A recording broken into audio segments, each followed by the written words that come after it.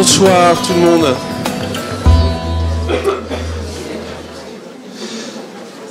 Merci d'être venus aussi nombreux. Ça fait plaisir de voir un amphi plein. Donc nous avons le plaisir de recevoir ce soir Marc Barani, un architecte niçois, né à Menton, qui est par ailleurs, je m'éloigne de toi parce que comme je vais dire des bêtises,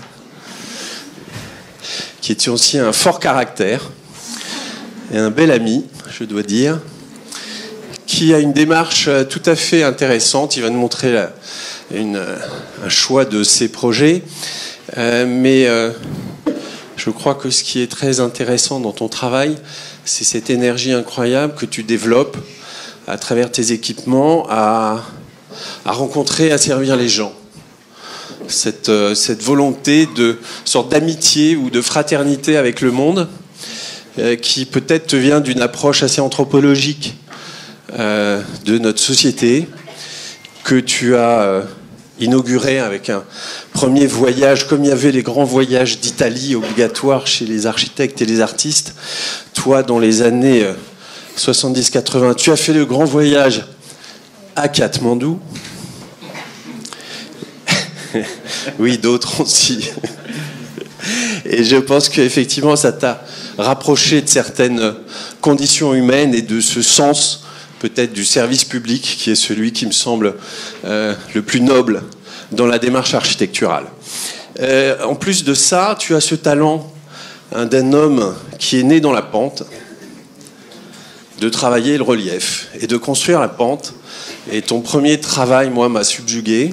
Il m'a fait penser à Scarpa par ta qualité du détail constructif et aussi ta rigueur constructive, aussi bien dans la géométrie du dessin que dans la justesse de ton rapport à cette nature qui est très, très marquée par l'horizontale et l'infini de la mer et la pente et la luxuriance de la Méditerranée quand la montagne, à Menton, à Nice et au cimetière de Pancréas, j'espère que tu vas nous le montrer,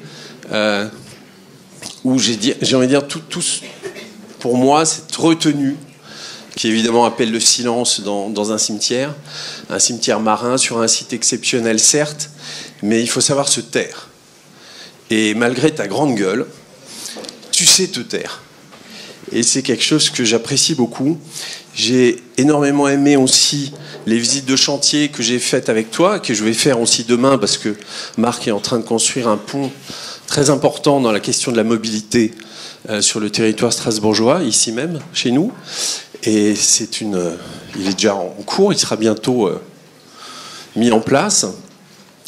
Et dans cette idée aussi du franchissement, je crois que tu as un talent, toujours cette énergie que j'avais retrouvé avec bonheur sur cet autre chantier qui t'a amené en 2008 à obtenir l'Équerre d'argent, donc qui est quand même le prix le plus prestigieux dans notre pays, pour la gare d'intermodalité niçoise. Mais tu vas nous raconter, j'espère, cette belle aventure, parce que là aussi, l'architecte a d'autres mots et d'autres choses à dire que juste le dessin au service d'un programme. Après, c'est une série de projets, les uns plus beaux que les autres. J'adore ce projet de Beyrouth pour la fondation Rafik Hariri. En particulier, alors celui du mémorial, je crois que tu es en train de le mettre en œuvre. Et je regrette que la fondation ne se fasse pas, si elle ne se fait pas. Non, dommage.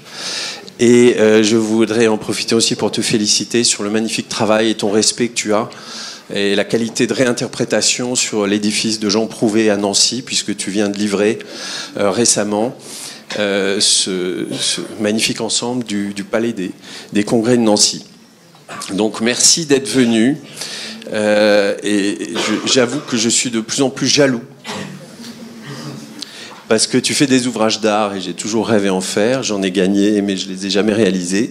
Tu as cette chance aussi de mettre le pied dans une chasse gardée de l'ingénierie et des corps constitués français, ce qui est exceptionnel pour un architecte. Je crois que tu es un des seuls, avec Marc Mimram, à faire des ouvrages de franchissement sur notre territoire et ils sont remarquables. Et je suis jaloux de cette énergie que tu as à transformer tout ce que tu touches avec autant de rigueur et surtout d'élégance. Je pense que tu as vraiment une poésie dans ton œuvre que j'admire. Merci d'être venu.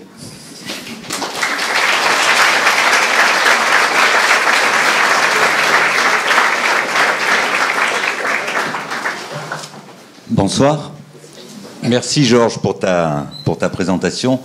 C'est celle d'un ami, alors vous serez sans doute un peu plus critique que ce qu'il est dans les projets qu'on va montrer. Mais je voulais vous dire 2 mots en introduction, puisqu'on est dans une école d'architecture, sur mon parcours et puis sur les doutes qui doivent, je pense, imprégner toute démarche. Tu disais Georges que j'étais parti effectivement au Népal. C'était une époque où il y avait un virage dans l'enseignement des écoles d'architecture, comme aujourd'hui. On est en train, le métier est en pleine mutation. On ne sait pas très bien où il va, de la manière dont il va muter. On a quelques indices, on pourra en reparler après. Mais à l'époque, c'était un moment où c'était après 68, la sociologie avait le pouvoir sur les écoles d'architecture. On dessinait très peu de projets. Donc on était quelques-uns à Marseille, puis j'ai fait mes études à Marseille, à se poser la question de ce que pouvait être l'architecture. Alors certains cherchaient du point de vue de l'architecturologie, enfin les sciences cognitives, etc. Et puis je me reconnaissais assez mal là-dedans, et je me suis dit que finalement, si j'arrivais pas à définir l'architecture, pour moi, elle était cernée entre l'anthropologie, tu en as parlé, c'est-à-dire l'étude des groupements humains, de comment ça fonctionne, les cultures, et cet impact évidemment essentiel sur l'architecture. Puis de l'autre côté, les arts plastiques, la définition plastique de l'architecture, les matériaux, la lumière, les proportions, etc. Et j'ai fait une formation de scénographe dans une école d'art. Je me suis rapproché des artistes, j'ai compris aussi la manière dont ils fonctionnaient pour multiplier les regards. L'architecture est un métier tellement... Enfin, être architecte est un métier tellement complexe que on a besoin de multiplier les points de vue et les regards sur ce métier pour pouvoir y trouver une place. Si c'est un métier extraordinaire, parce qu'en même temps qu'il nous permet de trouver une place dans le monde, il nous permet aussi de nous construire nous-mêmes. C'est ce double enjeu qui permet de tenir, qui permet de se battre, qui permet de faire l'architecture comme un combat permanent. Alors je vais vous présenter un certain nombre de projets avec toujours le premier projet qu'on a fait il y a plus d'une vingtaine d'années pour expliquer notre démarche, et je pourrais la résumer dans un rapport entre force et forme. Pour nous, à l'atelier, l'architecture, elle est produite par un ensemble de forces qui existent dans un site. Alors, ce sont des forces climatiques, des forces tectoniques, la montagne et la pente, ce sont des forces économiques, politiques, sociales. Et alors, certaines sont visibles, d'autres ne le sont pas. Et le projet sert, de notre point de vue, à en amplifier certaines, à en neutraliser d'autres. En tous les cas, à s'ancrer avec ces notions-là, elles me paraissent vraiment essentielles de force. Et l'architecture, elle vient d'un ensemble de contraintes. Elle est capable de les transformer, de les transmuter et de proposer aux gens un espace à vivre, puisque faire de l'architecture, c'est capter du vivant. En dehors de ça, après, on peut parler de joints creux, de proportions, etc. Mais l'essentiel, c'est de capter du vivant et faire en sorte que le vivant puisse s'épanouir dans les lieux qu'on crée. D'ailleurs, à ce propos, en parlant du Népal, il y a une formule qui a résumé l'architecture pendant le XXe siècle, c'était celle de Corbu. L'architecture est le jeu savant, correct et magnifique des volumes sous la lumière. C'était une formule libératoire dont les architectes avaient besoin au XXe siècle pour casser l'hégémonie de l'académie. Mais je trouve qu'elle elle est datée maintenant aujourd'hui, et je lui préfère une définition que j'ai ramenée du Népal, qui est une définition hindoue de l'architecture, qui est: l'architecture est la science des correspondances subtiles. Je répète parce que je trouve cette définition très belle. L'architecture est la science des correspondances subtiles.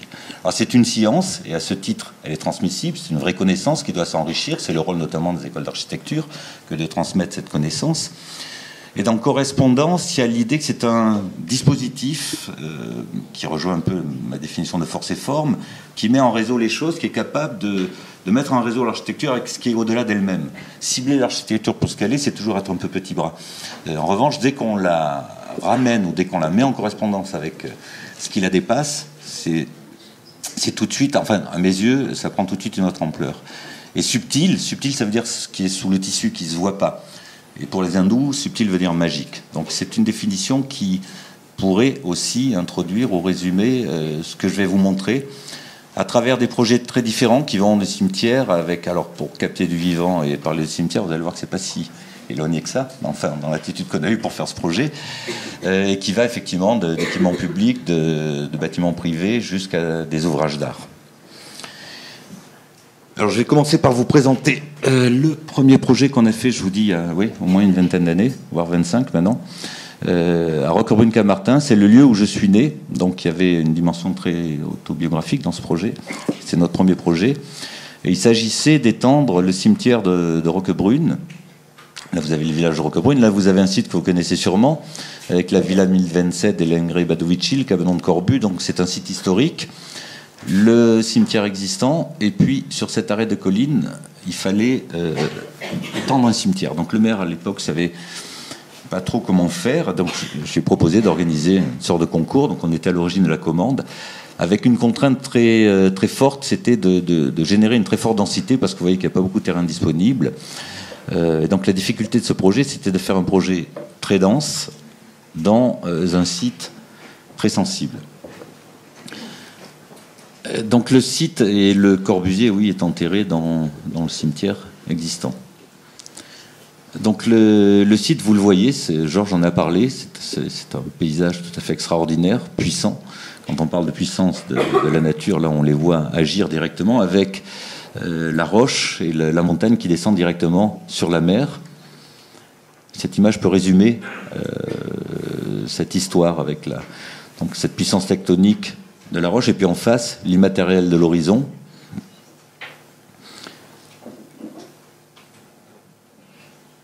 Avec un horizon qui est une chose extraordinaire, puisqu'il n'existe pas, et il est directement lié à nous, puisque la ligne d'horizon, elle suit notre regard. Quand vous êtes au ras de l'eau, il est bas, et quand vous êtes en altitude, ça monte. Et c'est quelque chose d'immatériel, donc qui n'existe que parce qu'on le regarde, qui bouge tout le temps, entre la lumière, les époques, et qui permet d'être apaisé, l'esprit s'y déploie quand on est face à l'horizon. On est dans un espace de liberté. Et pour peu qu'on y prête attention, il est capable, comme la Méditerranée, de vous envoyer quelques messages métaphysiques. Et tout ça pour dire qu'on a sur la Côte d'Azur cette sensation d'habiter sur une frange assez réduite finalement. Vous voyez que l'urbanisation est juste contre la mer, là, comme ça, sur une bande étroite de terre entre la mer, l'immensité de la mer et l'immensité du ciel. C'est ce qu'on a essayé de capter dans le cimetière. En creusant la montagne, je vous avais parlé de densité, donc en creusant, on a réussi à avoir la densité qu'il fallait, dans un rapport quasi archétypal entre la pente qu'on a creusée et la mer en face. Donc on se retrouve, le petit bonhomme qui est là, dos à la roche et face à l'horizon. C'est la maquette de l'extension du cimetière où on a creusé trois failles très denses en sépulture, avec un premier type de regroupement de sépulture, un deuxième qui est ici et qui figure une enceinte morcelée, et puis un troisième qui sont des chapelles plus privées. Donc ce projet s'articule avec le cimetière existant et qui a connu plusieurs phases d'extension. Les cimetières méditerranéens sont très proches des villes, c'est-à-dire qu'ils empruntent souvent au modèle urbain et ils le transcrivent dans l'architecture de la mort. Donc vous avez à l'origine un carré, c'est le symbole du ciel dans la civilisation, avec une chapelle, donc une forme très organisée. Ensuite, la première extension du cimetière, très structurée, avec un axe et des allées et des rues, un peu comme on ferait la ville au 19e, la tombe de Le Corbusier là, exactement. Et puis la modernité avec la densité, l'explosion de la nature. Et vous voyez que ça commence à partir de l'explosion de la densité humaine. Et vous voyez que là, ça commence à partir un peu dans tous les sens, un peu comme nos villes. On a une sorte de résumé entre la ville historique, la ville 19e, et puis les suburbs ou les banlieues. Donc d'une certaine manière, notre extension, elle est reliée. Le carré d'origine ici, qui est l'enceinte fermée du cimetière, on la retrouve ici, mais morcelée, fracturée par la voie, par la falaise, et par la route qui descend. Donc il nous reste un résidu d'enceinte, le dispositif est plus ouvert, et puis on a des densités bâties qui permettent à la nature d'exister, un peu comme la charte d'Athènes, si j'ose, je dirais la charte d'Athènes pour les morts. Et avec une dimension aussi de parcours, une dimension paysagère qui nous tient beaucoup à cœur. C'est-à-dire qu'on arrive sur un socle et puis vous voyez ce sentier qui chemine, qui permet de monter, de relier la partie haute, la partie basse du cimetière, et qui met en scène le paysage. On a réalisé le cimetière, ça va s'étendre par tranche. On a réalisé la première tranche, donc, sur un socle. Vous voyez l'enceinte, là, un fragment, et puis la faille qui est là, et qui est creusée, qui s'inscrit dans la roche. Donc on monte sur un socle, un petit belvédère, pour être suspendu dans le paysage avant de rentrer dans le cimetière proprement dit. Alors c'est sans doute le seul cimetière en France qui n'a pas de porte. On voulait que ça soit un lieu ouvert et la loi nous oblige à avoir des portes. On a réussi à avoir une dérogation là-dessus et donc on accède à ce cimetière sans qu'il soit fermé, simplement pour signifier que c'est un lieu qui est relié à la vie et qui est ouvert à la balade. Donc quand on arrive dans la faille, le premier niveau est dédié à la mer, à l'horizon. La composition est horizontale. Vous avez ce qu'on appelle un saut de loup ici. Il y a 70 cm de décaissé dans ce joint creux qui permet de ne pas tomber en bas et donc de ne pas avoir de barrière. Et au même endroit, parce que l'architecture met en jeu le corps aussi, plus que la vue, au même endroit, quand vous retournez, vous avez donc par un simple mouvement du corps une autre composition qui, elle, est très directement verticale, massive. On rentre dans le cœur du projet, dans le cœur de la roche, avec cette fente ici qui conduit le regard vers le ciel. Tout ça pour dire qu'à partir du moment où on n'a pas de seuil marqué physiquement, on a des seuils symboliques. Et que rentrer dans ce lieu, simplement avec le mouvement du corps, c'est faire sentir ce qui est être vivant, c'est-à-dire c'est être debout sur un horizon. C'est d'ailleurs une symbolique, la croix catholique, ou d'autres symboles religieux travaillent avec ces deux directions. Et c'était donc faire sentir physiquement, de façon corporelle, que ce lieu est symbolique, au lieu d'avoir une porte et toute une série d'autres dispositifs. Donc on est face à la mer, on se retourne. Donc le premier niveau est lié à l'eau. Sur le palier intermédiaire, on est dans l'évocation de la terre. Vous vous souvenez de la première image, l'eau, la mer, la terre et le ciel. On est dans ce niveau plutôt enfermé, plutôt creusé. Le béton est bouchardé. Il est tapé avec une boucharde, donc, qui évoque le creusement, la carrière, avec ici les enfeux. Donc c'est un dispositif italien où les cercueils sont mis dans chaque case. Il faudrait d'ailleurs que je refasse des photos du cimetière aujourd'hui, puisqu'il y a des noms, des fleurs, enfin tout ça est habité évidemment. Et puis pour finir au dernier niveau, en se retournant encore une fois face à l'horizon et face à l'immensité du ciel.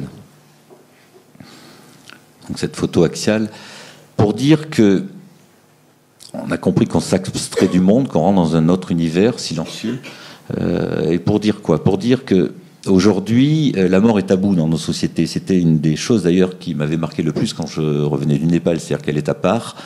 Si on meurt aujourd'hui, c'est parce que les médecins n'ont pas su nous soigner et pas parce que c'est notre destinée. Et donc ça nous coupe d'une notion de temps, ça nous coupe d'une notion de la durée. Je pense que si le monde s'accélère au point où il s'accélère aujourd'hui, c'est lié à cette question qu'on ne peut pas se projeter dans le temps, puisqu'au bout il y a la mort, que la mort est taboue, qu'elle nous fait peur, que du coup on ne peut pas envisager la continuité.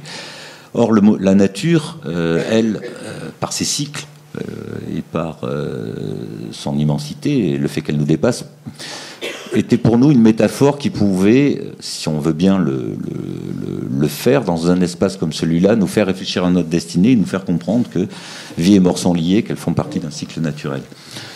Et donc le cimetière, tout en décomposant les parties essentielles du paysage, avait pour objectif de nous faire sentir cette question-là. Alors là, on est sur un autre projet. J'aime bien le rapport entre les deux, puisque le site est quasiment similaire. C'est à Cannes, mais le programme est tout à fait différent. C'est une villa, une grosse villa. Donc la mer, les collines, et la villa est quelque part par là.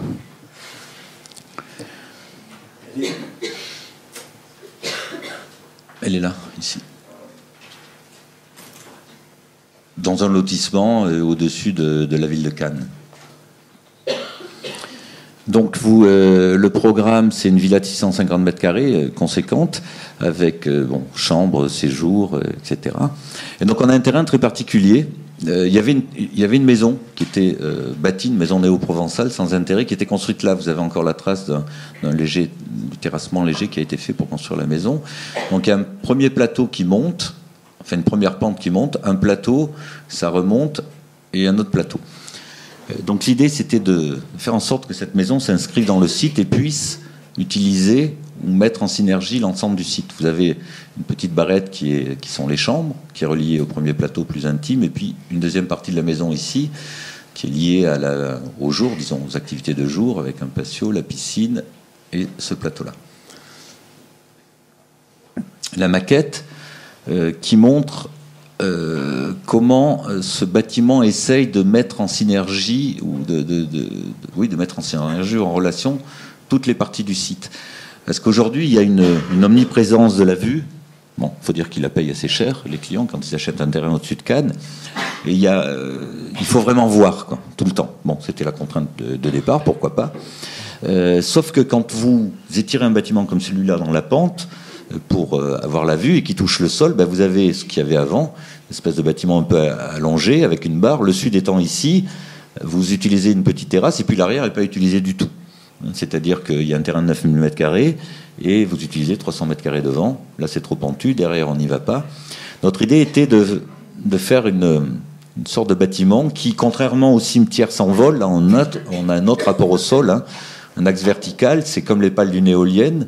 Ici, c'est ouvert, on peut réutiliser, vous verrez après le dispositif qu'on a fait pour le séjour, et on peut glisser sous le bâtiment et donc relier la partie haute du bâtiment du terrain, sur lequel on vient distribuer les chambres, glisser dessous et pouvoir, pour le coup, par un dispositif qui peut rappeler une éolienne, brasser toutes les parties du site. Il s'agissait de capter le paysage. C'est un mot que j'aime bien parce que autant la modernité était encore dans l'idée 19e de montrer les choses à la fenêtre en bande, c'est montrer un paysage, le découper, choisir sa vue, la Casa Malaparte aussi. Ici, on était plutôt dans l'idée de capter, d'attraper le site et de le faire entrer dans la maison. Donc le rez-de-chaussée, d'ailleurs vous voyez, les plans ne sont pas tout à fait des plans, hein, c'est des boîtes.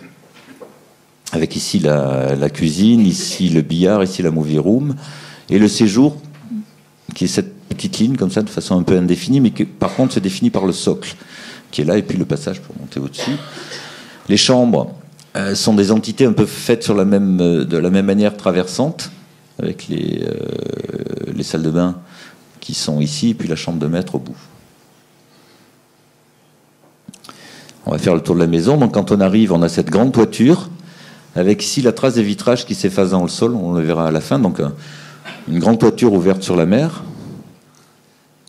qui est un espace disponible en réalité, puisque le client voulait à la fois être en famille et puis pouvoir faire des fêtes avec 150 ou 200 personnes. Donc on a un grand plateau ouvert. Oui, il avait les moyens, vous allez voir. Il avait les moyens de ses ambitions. Ce qui change d'autres maîtres d'ouvrage. Voilà, là on commence à voir les porosités. Vous avez la trace des vitrages. Je sais que tu avais eu le Grand Prix d'architecture 2013 pour du logement social. J'en ai fait aussi, oui, mais j'en présente pas ce soir. Ceci dit, il n'y a pas de raison que les riches n'aient pas de l'architecture non plus. Hein. Exactement. Voilà. Et enfin, si tant est qu'on ait fait de l'architecture, on a plutôt fait un dispositif de vie. Donc là, vous avez les traces des vitrages qui s'effacent dans le sol, et puis vous voyez toutes ces porosités et ces transparences qui font que on est plutôt sur des ponctuations d'espace que sur des espaces fermés. Voilà une vue depuis la piscine avec le porte-à-faux de la toiture.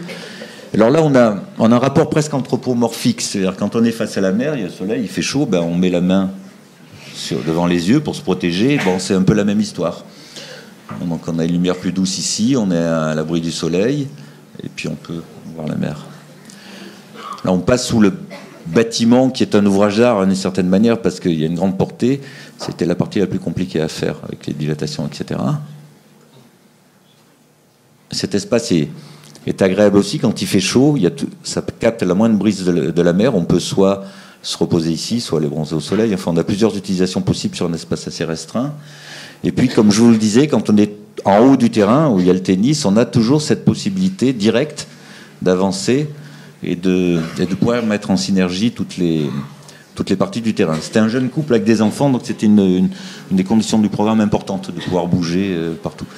Donc le bâtiment est transparent, on voit à travers parce que c'est des chambres d'amis, donc elles ne sont pas tout le temps utilisées. Et donc il peut être transparent à la vue. Avec là, c'était pendant le festival du Cannes, donc il y avait quelques bateaux. Le bâtiment est desservi par un couloir et vous voyez des séquences de filtres transparents qui fait que quand on est dans la chambre, en fait, on est suspendu dans l'air et dans le paysage. Et pour que cette notion existe sans qu'il y ait de contre-jour, la lumière arrive et a été travaillée de façon assez forte. On a beaucoup travaillé ça en maquette pour que la lumière arrive et qu'on baigne dans un espace sans effet de contre-jour. Souvent, quand vous êtes dans un lieu avec des baies vitrées, vous avez toujours un effet de contre-jour qui fait que vous ressentez fortement le fait d'être dedans. Là, c'est pas le cas. On est suspendu, avec la possibilité de regarder l'arrière du jardin. Là, c'est Gilles Clément et François Navarro qui ont fait le jardin. Si on a besoin d'intimité, évidemment, on peut fermer la chambre, c'est-à-dire qu'on peut lire un livre en regardant le jardin à l'arrière et en fermant devant, tout en ayant évidemment une vue sur la baie, l'horizon, avec toujours le même dispositif de saut de loup qui permet d'avoir le balcon à creux, d'avoir plus d'intimité, mais d'avoir un grand plateau qui pointe vers la mer. Donc on sent que c'est l'idée, vous allez voir que c'est un thème récurrent chez nous. C'est pas des planchers, c'est du sol soulevé, ce qui est tout à fait autre chose. Là, c'est la salle de bain.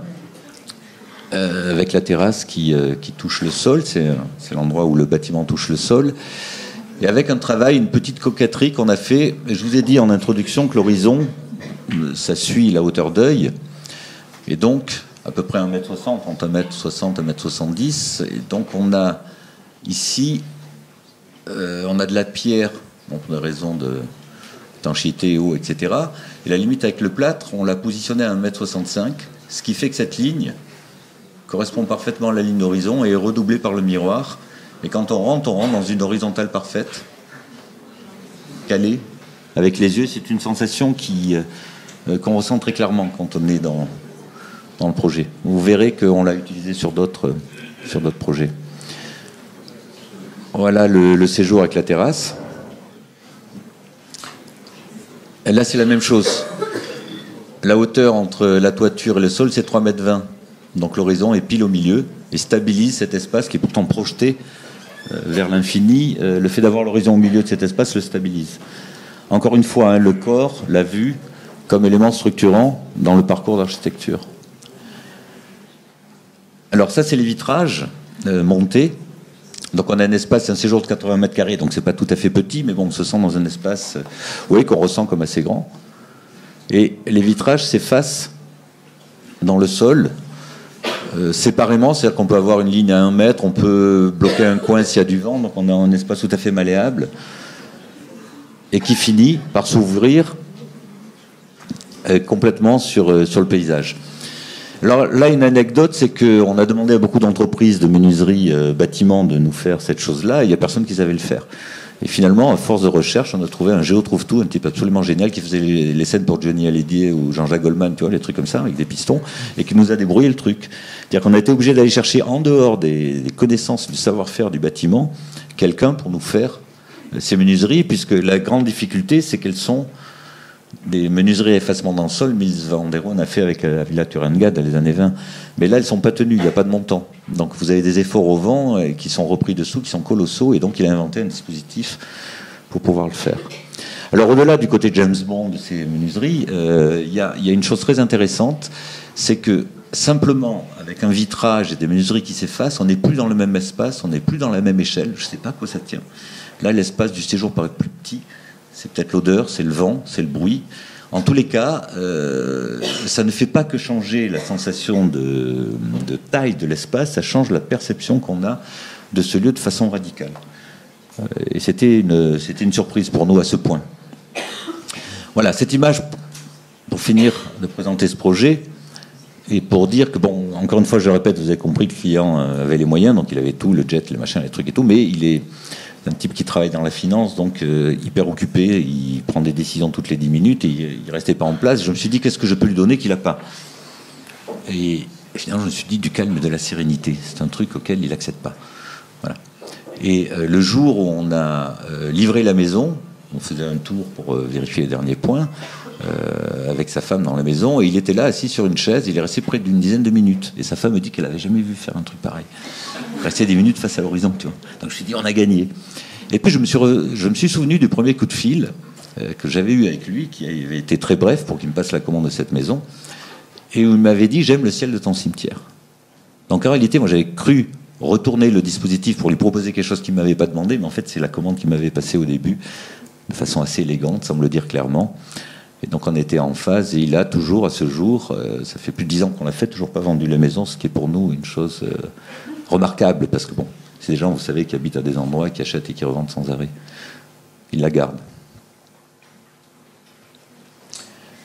Alors là, on est à Beyrouth, dans le centre de Beyrouth, dans le centre historique de Beyrouth, qui est une ville du sud, complexe, faite de tensions, difficile à cerner, et qui garde les traces de cette lutte permanente, avec le centre de Beyrouth ici. Vous voyez d'ailleurs sur la trace, après la guerre civile, le centre a été démoli et reconstruit pour partie par Solidaire, avec une espèce d'ingénierie ou d'architecture un peu internationale. Et on a eu comme commande, voilà le centre, vous voyez, il reste une partie du centre historique. Ici, tout le reste est rasé, tout autour. Rasé par la guerre, mais rasé aussi par Solidaire, qui a considéré que les bâtiments, ils n'étaient pas très intéressants pour construire une ville nouvelle ici. Mais il reste cette partie-là. Et pourquoi cette partie-là n'a pas été rasée? Parce qu'il y a tous les monuments cultuels, mosquées, églises, cathédrales, églises maronite, cathédrales, et toutes les confessions de Beyrouth se retrouvent là, avec cette trace ici, qui sont les ruines romaines. Donc on a eu à construire, après l'attentat qu'il y a eu contre le Premier ministre Rafik Hariri, vous savez tous qu'il est mort dans un attentat en 2005 de façon très violente, on a eu comme commande faire sa tombe. Donc il y a eu un concours qui a été organisé par son fils, qu'on a gagné, avec une autre commande qui suivait, mais qui s'est pas réalisée, d'une fondation Hariri. Donc il y avait un dialogue entre ces deux projets que je vais vous montrer. Donc la tombe, comme je vous disais, Beyrouth est une ville violente, et quand on s'intéresse à la ville de Beyrouth, on se rend compte que chaque entité culturelle ou ethnique qui a habité Beyrouth a rasé celle qui précédait. Donc les Phéniciens étaient là, la ville a été rasée par les Romains, la ville a été rasée par les Ottomans, les Français sont arrivés, ils ont rasé la ville ottomane, Solidaire arrive, ils rasent la ville française. Donc c'est ce qui fait que, in fine, vous avez toute l'histoire de Beyrouth sur une couche de 2 mètres d'épaisseur. Là, ici. Donc le projet, lui, se situe sur l'ancienne place des Martyrs. Il y avait une place ici, toute la ville continuait. Et aujourd'hui, le projet urbain, lui, a détruit la place. C'est pas un hasard non plus, parce que symboliquement, symboliser la vie coloniale, ils en veulent plus, avec une espèce de grand axe comme ça qui est censé aller jusqu'à la mer. Donc voilà un zoom sur les ruines romaines, la mosquée qu'a fait construire Rafik Hariri, la cathédrale, les églises maronites, enfin tout le dispositif ici. Et c'est un lieu magique, puisqu'on arrive à voir toute l'histoire de Beyrouth quand on est à cet endroit-là.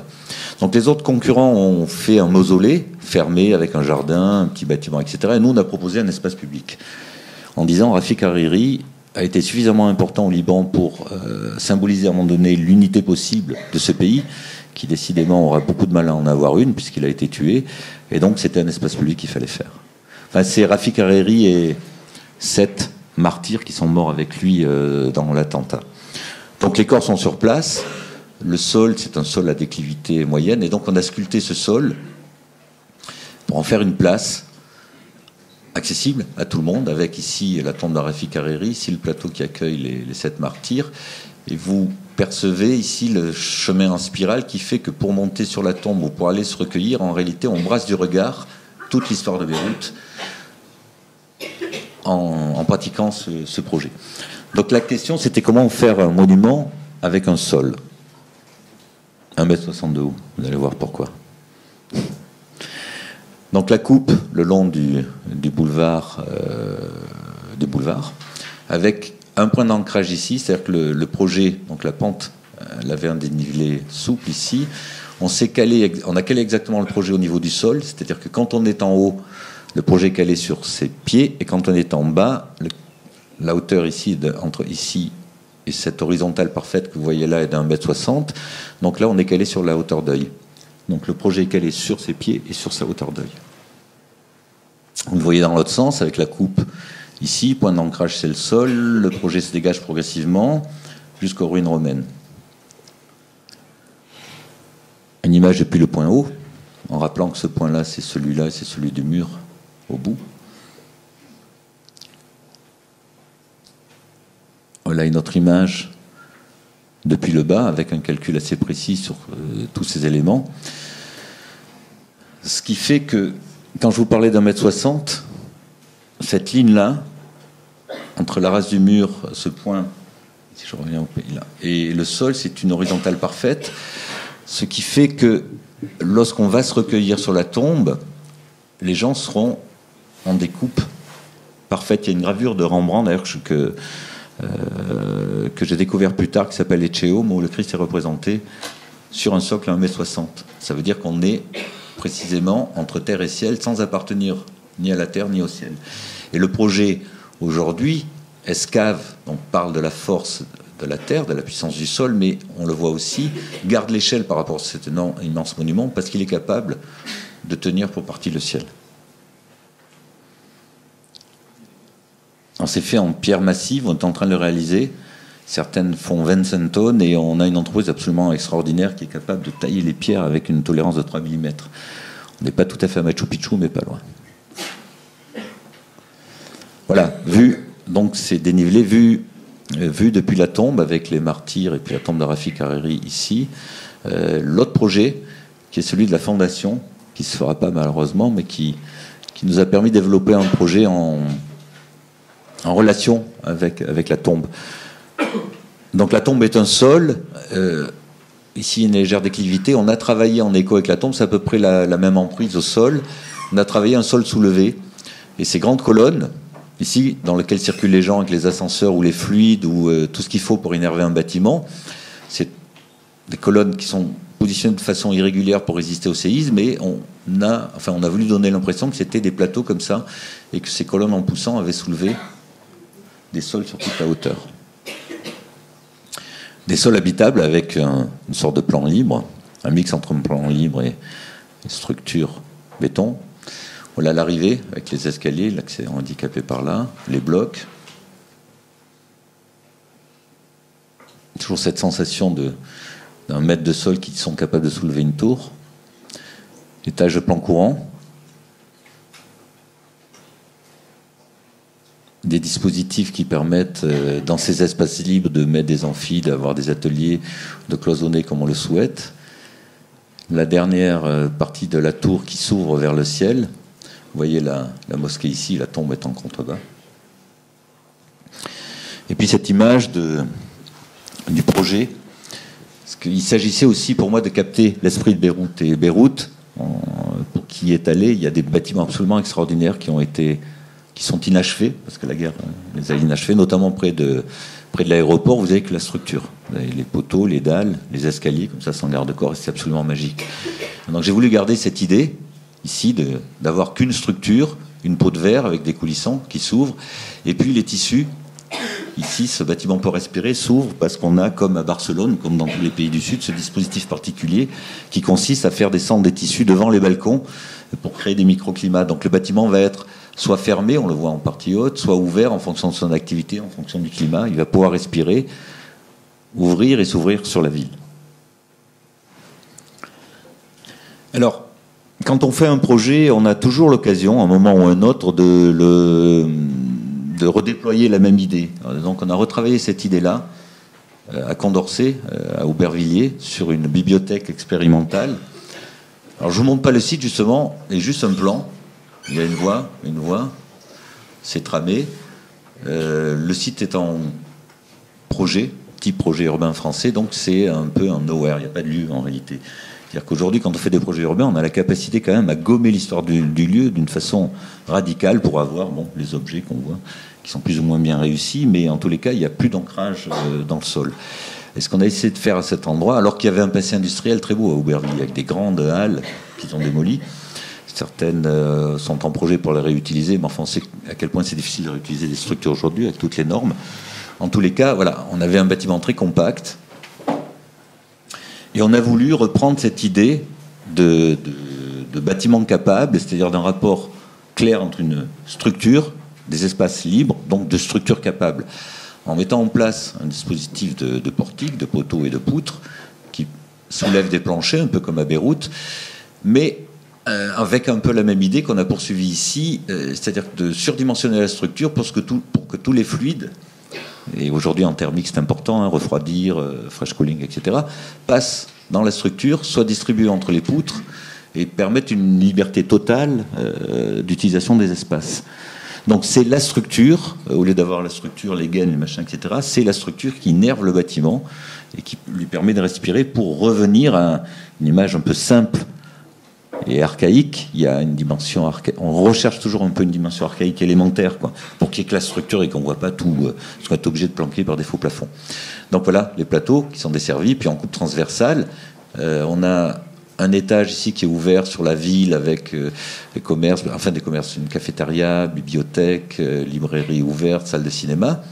Et puis la partie recherche et bibliothèque qui, elle, qui est sous contrôle et qui est ouverte à la lumière et complètement transparente sur la ville avec ce que vous voyez ici, qui sont les emprises des machineries qui permettent, comme je vous l'ai montré tout à l'heure, de tirer et de souffler l'air et d'innerver l'ensemble du bâtiment. Voilà, ça donne ça. Alors on nous a reproché que c'était un peu trop... je ne sais même plus le mot. Bon, bref. Et pour nous, c'est une manière de répondre de façon tout à fait contemporaine à ces questions de développement durable, par le fait que le bâtiment soit flexible, par le fait qu'il traite de toute cette ingénierie des fluides aujourd'hui qui devient de plus en plus importante sans la mettre en évidence, et parce qu'elle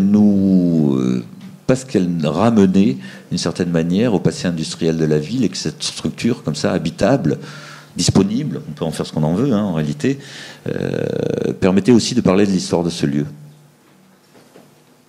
Vu l'intérieur, donc des espaces assez confortables, hein, malgré tout, vous voyez les colonnes dans lesquelles circulent les fluides, avec les bouches qui sont entre les plus, et puis la lumière qui rentre de façon généreuse dans le projet. Avec, au rez-de-chaussée aussi, des possibilités d'avoir des espaces plus intimes et plus appropriés pour des projections vidéo ou des expos. Là, on revient à Nice pour un projet dont tu as parlé, Georges, qui était un projet fondateur pour l'école, et y compris pour notre démarche, pour l'école, pardon, pour notre projet, pour l'atelier, y compris pour notre démarche. C'était, et vous allez voir que l'histoire est tout à fait particulière, c'était donc la gare des tramways de Nice. Donc Nice, voilà, c'est une ville qui est très dense, en fond de vallée, avec un urbanisme qui se développe sur les collines, et donc qui est très marqué par ce rapport, encore une fois, entre les montagnes et la mer. Vous le voyez mieux sur cette diapositive, sachant que le tram, ne grimpant pas sur les collines, il est obligé de passer dans une zone hyper dense. Donc vous avez l'autoroute au nord, et il est connecté avec l'autoroute. En gros, il fait ça, et il remonte de l'autre côté. C'est la ligne 1. La ligne 2 qui est en train de se construire va du port à l'aéroport. Donc au moment où on fait le concours, c'est un concours d'ingénierie, donc pas un concours d'architecture où il y a une grosse équipe. C'est Mali qui est l'équipe mandataire transport. Donc il y a toute une série d'ingénieurs, il y a des paysagistes, Alain Marguerite, un architecte, Bruno Desmétiers, et nous on est identifiés sur le centre de maintenance, qui est un objet technique. Et au moment du concours, donc il s'agit de débattre, de prendre des positions sur les espaces publics, les places, la manière dont le tram passe. Et nous, pour le centre de maintenance, on n'avait pas à le dessiner, on avait juste une note à faire. Donc évidemment, on a écrit que ça allait être super beau, que ça allait pas coûter cher. L'équipe a gagné, donc c'est le projet. Je vous ai montré un projet qu'on a perdu, mais là c'est le premier projet que je gagne sans le faire, ce qui est déjà pas mal, puisqu'on avait fait que notre petite note. Et là-dessus, on commence à travailler. Je vous dis ça parce qu'en bâtiment, ça n'aurait pas été possible de transformer un projet de la sorte. Donc on commence à travailler sur le site du centre de maintenance. Donc c'était exclusivement un centre de maintenance qui était positionné ici. Puis en travaillant, on se rend compte que, avec les ingénieurs évidemment, puisque c'est très technique, je le répète, on se rend compte que le site est trop petit, mal configuré. Donc les équipes sont lancées, elles travaillent sur la ligne, sur tous les problèmes urbains, et nous on pédale, on essaie de faire rentrer le truc dans ces 3,5 hectares, mais c'était beaucoup trop allongé, donc on n'arrive pas à le rentrer. Donc l'étude de faisabilité était fausse, et de l'erreur est né tout à fait un autre projet. C'est-à-dire qu'on a abandonné ce site et on s'est retrouvé avec le maître d'ouvrage, avec la ville de Nice, à chercher d'autres sites disponibles. Donc, alors que, je vous l'ai dit, c'est hyper contraint, quoi, hein. Tout ça est hyper dense. Trouver 3,5 hectares en ville, c'est un peu compliqué. Donc on a commencé à regarder si on pouvait le faire entrer sur les 2 emprises que vous voyez là, qui sont des stades. Ça rentrait pas non plus. Et puis on s'est dit, bon, à partir du moment où un centre de maintenance, l'idéal, c'est qu'ils soient en bout de ligne, on est allé voir, en bout de ligne ici, ce qui se passait.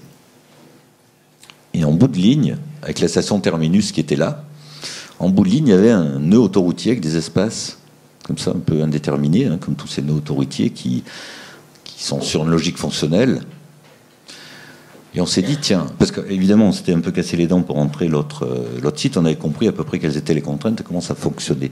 Et on s'est dit, tiens, on pourrait s'enrouler autour des nœuds autoroutiers, des bretelles d'autoroute, aller et venir s'encastrer dans la montagne ici pour mettre le centre de maintenance dans cet endroit-là.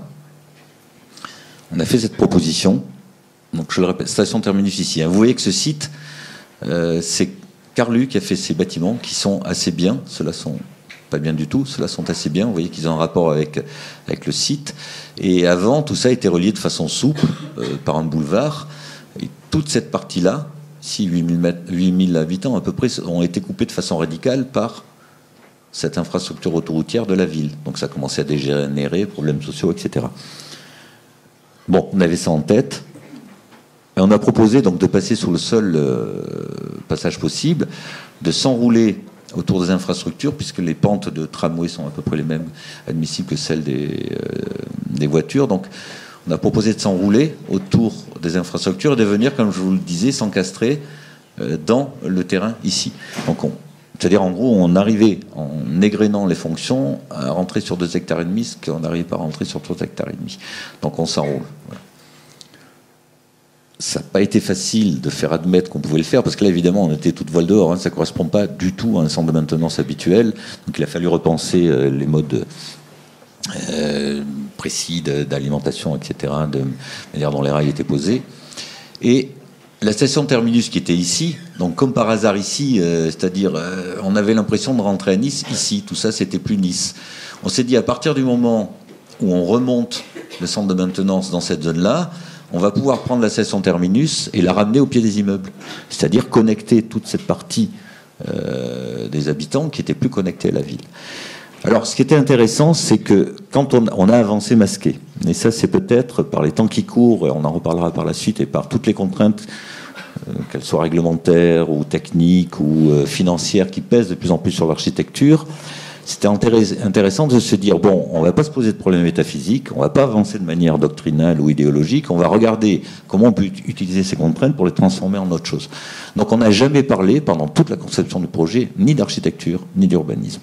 Parce que quand on est face à des ingénieurs, des exploitants, etc., vous êtes malheureusement discrédité tout de suite. En revanche, on a dit, la station terminus étant là, si on la ramène ici, elle est beaucoup plus près de la station de lavage qu'on a mis ici, donc vous allez gagner ce qu'on appelle les kilomètres au pied levé, c'est-à-dire le moment où le tram roule sans personne dedans. Et sur des années, c'est des sommes considérables. Donc l'exploitant était tout à fait d'accord pour amener la station terminus ici, pour des raisons techniques, alors que nous, on avait une ambition sociale et urbaine. Donc voilà, on a déroulé les trucs comme ça. De la même manière, donc on avait mis le centre de maintenance, il y avait un parking relais, vous connaissez le fonctionnement d'un parking relais, hein, c'est l'endroit où on laisse sa voiture pour prendre le tram, ils ne savaient pas où le mettre parce qu'il n'y a pas de terrain, donc ils s'est dit on va le mettre dessus. On s'est dit mais attendez, c'est déjà contré, je dis non, il n'y a pas de problème, on peut le mettre dessus.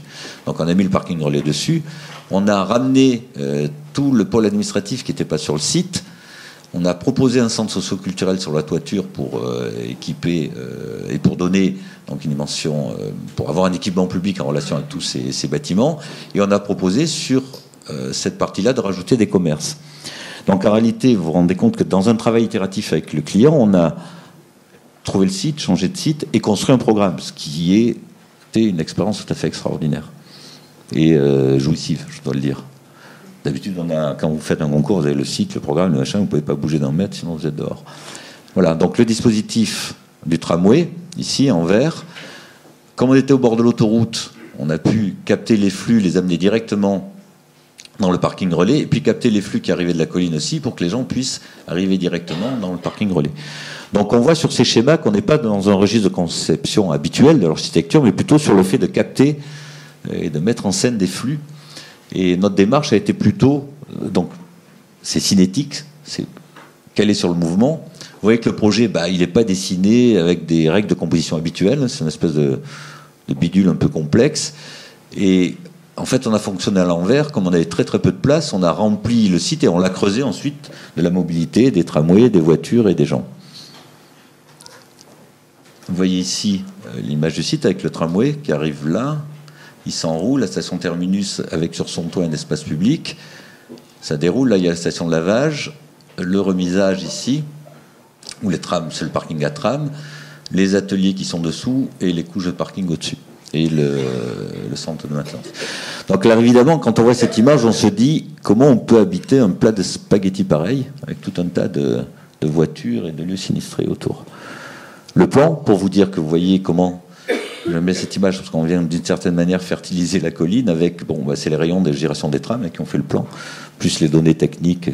Je vous les égrène pas toutes, mais il y en avait pas mal. Au-dessus, le parking avec l'accès ici, les couches successives. Voilà le résultat final. Alors ici, il y a un centre, des transformateurs qui alimentent la moitié de la ville de Nice, donc on n'a pas pu les bouger.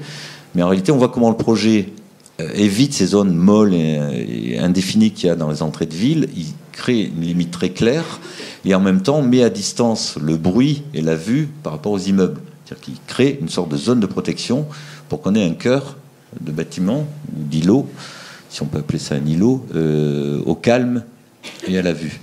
Donc le dispositif en plan est très complexe. En coupe, il l'est moins. Ce sont en réalité des plateaux, comme ça, structurés, horizontales, comme un peu les restants, c'est les planches, vous voyez, des paysans qui habitent la pente. Et puis ici, la tour de contrôle, avec la tour de contrôle en haut. Habituellement, c'est un tout petit espace qui n'a pas besoin de vue, en réalité, puisque c'est contrôlé par ordinateur et tout. Et vous allez voir que ça en devient...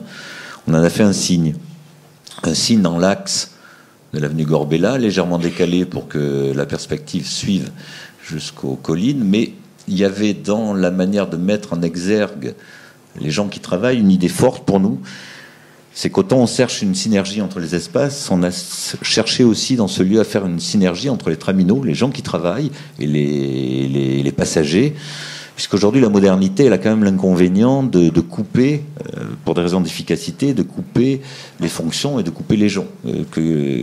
Qu'on puisse croiser du regard, la nuit on les voit bien, les gens travailler, qu'eux puissent voir les gens, vous allez voir qu'on l'a fait sur les ateliers, ça nous paraissait fondamental. Pour éviter des questions symboliques, aujourd'hui si on fait comment s'exprimer autrement ? Oui, les casernes de pompiers, avant elles étaient en ville, on voyait les pompiers astiquer les chromes, maintenant c'est dans un autoroutier, puis les architectes peignent, parce qu'on est obligé de le faire, le bâtiment en rouge, parce que c'est la couleur symbolique des pompiers. Donc je préférais quand même qu'on retrouve ce lien entre le travail en ville c'est pas rien, c'est le travail manuel, entre le travail et les traminaux et les passagers. Donc ça c'est au-dessus de la station terminus, donc c'était une bretelle d'autoroute directement, on en crée une place, un espace public parce qu'il n'y en avait pas dans le bâtiment, on se glisse dessous pour aller dans la station terminus avec une ville haute en basse et puis la possibilité là de partir en ville. Donc c'est un travail sur l'ombre, la lumière, la fraîcheur. On est dans le sud. Et là, vous pouvez redescendre en ville. Avant, il y a un trottoir de 1,50 m. Là, il y a un espace piéton qui descend et qui connecte cette partie avec la ville. Alors là, on est sur un point nodal du projet, puisque vous avez la station terminus ici la partie de la ville basse, appelons-la comme ça, la ville haute en haut, et puis cette grande poutre où circulent les voitures, et on articule tous les modes se croisent ici dans un nœud un peu complexe. Vous le voyez en coupe, la gare, les voitures qui sont injectées dans le parking relais, puis au-dessus, notre espace piéton, sans que les voitures se creusent, qui est l'espace public au pied des tours. Et avec les ateliers qui sont là, et ouverts sur l'espace public par une partie vitrée. C'est-à-dire que quand on sort du tram, pour monter dans le logement, on voit les ateliers ouverts. Alors, il a fallu négocier, parce qu'au début, les traminaux n'en voulaient pas. Ils n'avaient pas envie qu'on les voit travailler. Et puis, comme ils travaillent derrière, petit à petit, à force de négociation, on est arrivé à faire en sorte qu'on puisse renouer avec la caserne des pompiers dont je vous parlais, c'est-à-dire voir les trams. Et Veolia, l'exploitant, a assez vite compris l'intérêt qu'il avait à montrer qu'aujourd'hui les trams, c'était pas Vulcain, c'était pas de la forge, c'était pas de la graisse, c'est de l'électronique, c'est un service. Du coup, on a pu vitrer les ateliers et faire en sorte que ces fameux croisements de regard dont je vous parlais, voilà, là on est à la place d'un ouvrier qui travaille et qui voit les gens rentrer chez eux, et les gens qui rentrent chez eux voient l'ouvrier qui travaille. Donc par cet escalator, on monte sur la partie haute, avec une coupe vive sur le bâtiment qui fait que, comme le bâtiment est complexe, on fait en sorte qu'on puisse toujours se repérer. Les trams, le parking relais, l'endroit dessous où on achète les tickets, à la lumière. Puis cet espace qui s'ouvre sur la ville, avec le tunnel ici dans lequel sortent les voitures.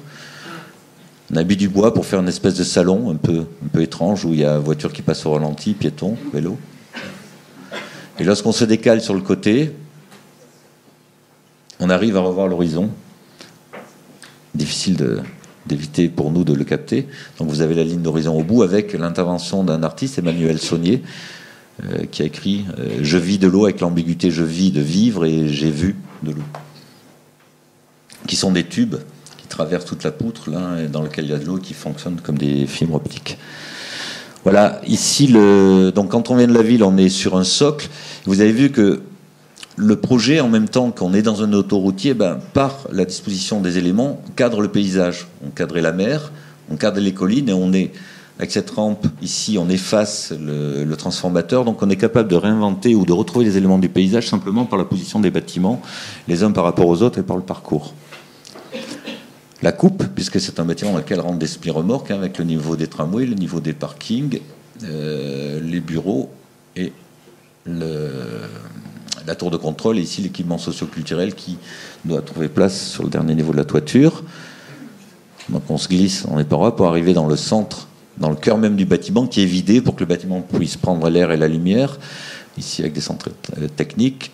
Le bâtiment, cette aile-là sert de socle au bâtiment, au logement, donc elle est tenue, alors qu'ici il y a des pergolas qui reprennent la vibration de la colline pour, encore une fois, toujours essayer de créer un lien le plus direct entre ce qu'on bâtit et ce qu'il y a autour. Et effectivement, le centre de maintenance, enfin la gare des tramways, le centre de maintenance crée un socle au bâtiment, au logement, et lui redonne une assise dans le paysage. Les tramways, toujours avec la vue dont je vous parlais,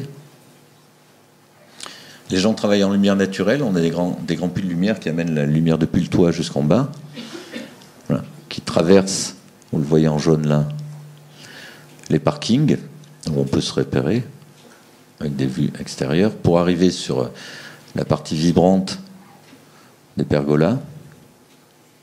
On est déjà dans le paysage plus naturel là. Et puis de ces pergolas vibrantes émerge la tour administrative avec le centre de contrôle. Voilà. Donc vous voyez qu'il y a pire comme endroit quand même de travail. On a la vue sur le bas, on voit les voitures, les trains, les avions, les tramways. Alors il y a une chose intéressante, ils ont fait des études sur ce lieu, parce qu'il y a de la hauteur et de la vue. Ils se sont rendus compte que les traminots prennent des décisions plus rapides en cas de stress, parce que quand il arrive un accident sur le tram, il faut prendre des décisions, il ne faut pas se tromper. Et par rapport aux autres endroits, quand ils sont, parce qu'habituellement les centres, les tours de contrôle, enfin le poste de contrôle, voilà, pour être précis, sont dans des endroits sombres, fermés, et les gens sont liés qu'aux ordi et qu'aux plans, avec leur radio pour pouvoir discuter des problèmes. Alors que là, en étant ouverts, ils sont plus sereins, ils prennent de meilleures décisions. Donc ils sont en train en tous les cas de reprogrammer tout leur centre, tout leur poste de contrôle pour que les gens travaillent dans des conditions plus sereines.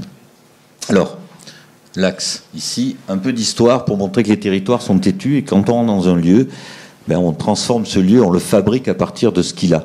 Et si jamais on ne comprend pas comment il est construit, ça résiste, et souvent on fait des erreurs.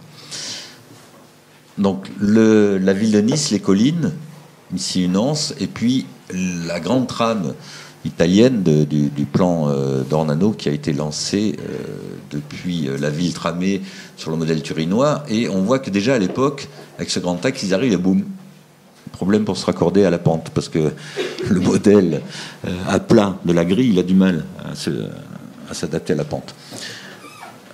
Donc on a toujours cet axe, et puis cette anse-là, dont je vous lance ici, le bout de colline, et ici s'est installée l'autoroute, avec ces bretelles, le trou de passe, ici ça. Ça a été terrassé pour servir d'aire de chantier à l'autoroute.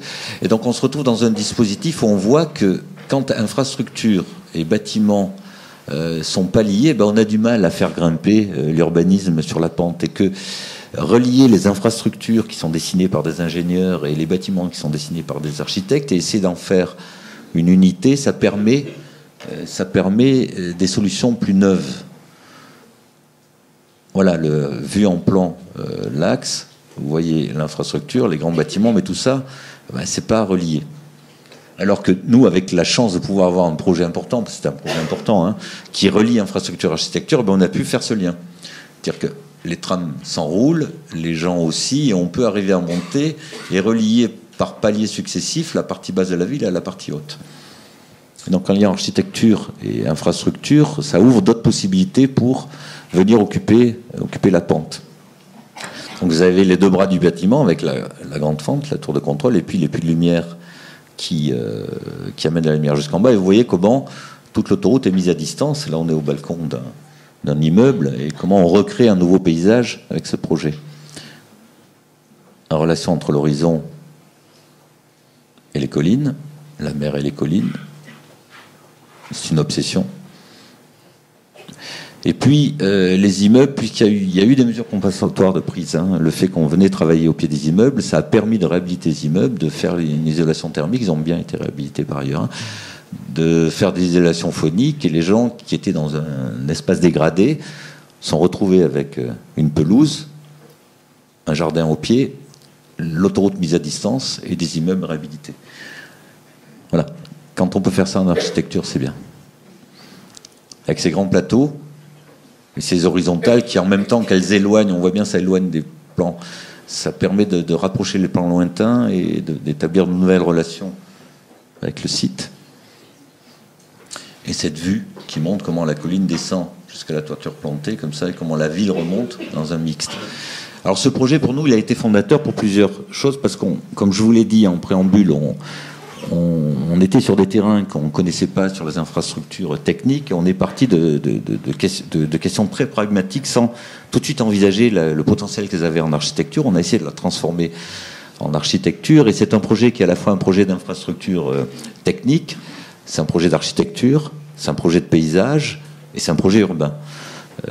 Et pouvoir brasser dans un seul projet toutes ces dimensions, c'est vrai que ça a été pour nous une énorme chance et un projet fondateur pour l'agence.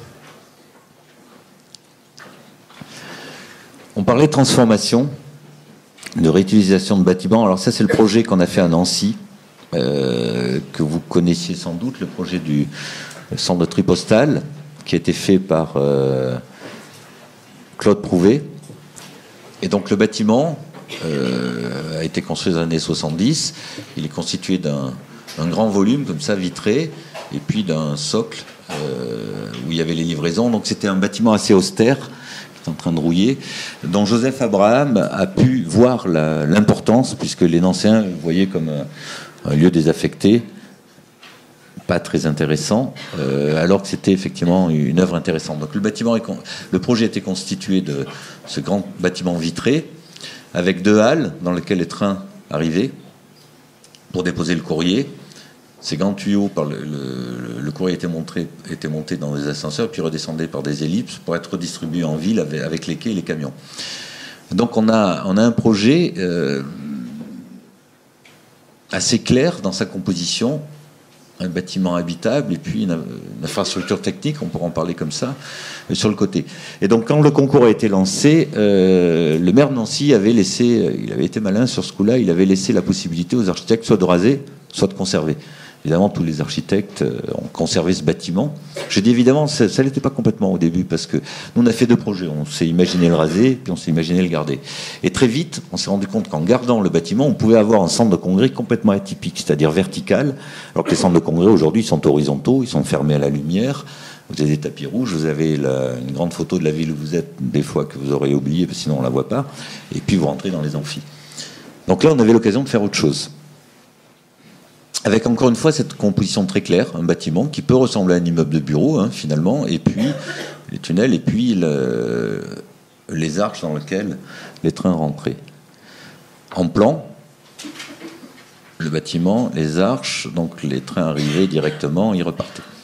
Et puis en étudiant le projet, on s'est rendu compte donc de cette dichotomie, j'y reviens, entre ce qui peut ressembler à un immeuble de bureau et puis ce qui est très technique, c'est pareil. Et puis le fait que ce bâtiment-là, en réalité, il était très bien placé. Il était dans l'axe de la rue Mazagran, par son échelle, la rue Saint-Thébault, il bornait la rue Saint-Thébault, il était capable d'articuler avec tout petit bâtiment, quand même un vide sidéral de toutes les infrastructures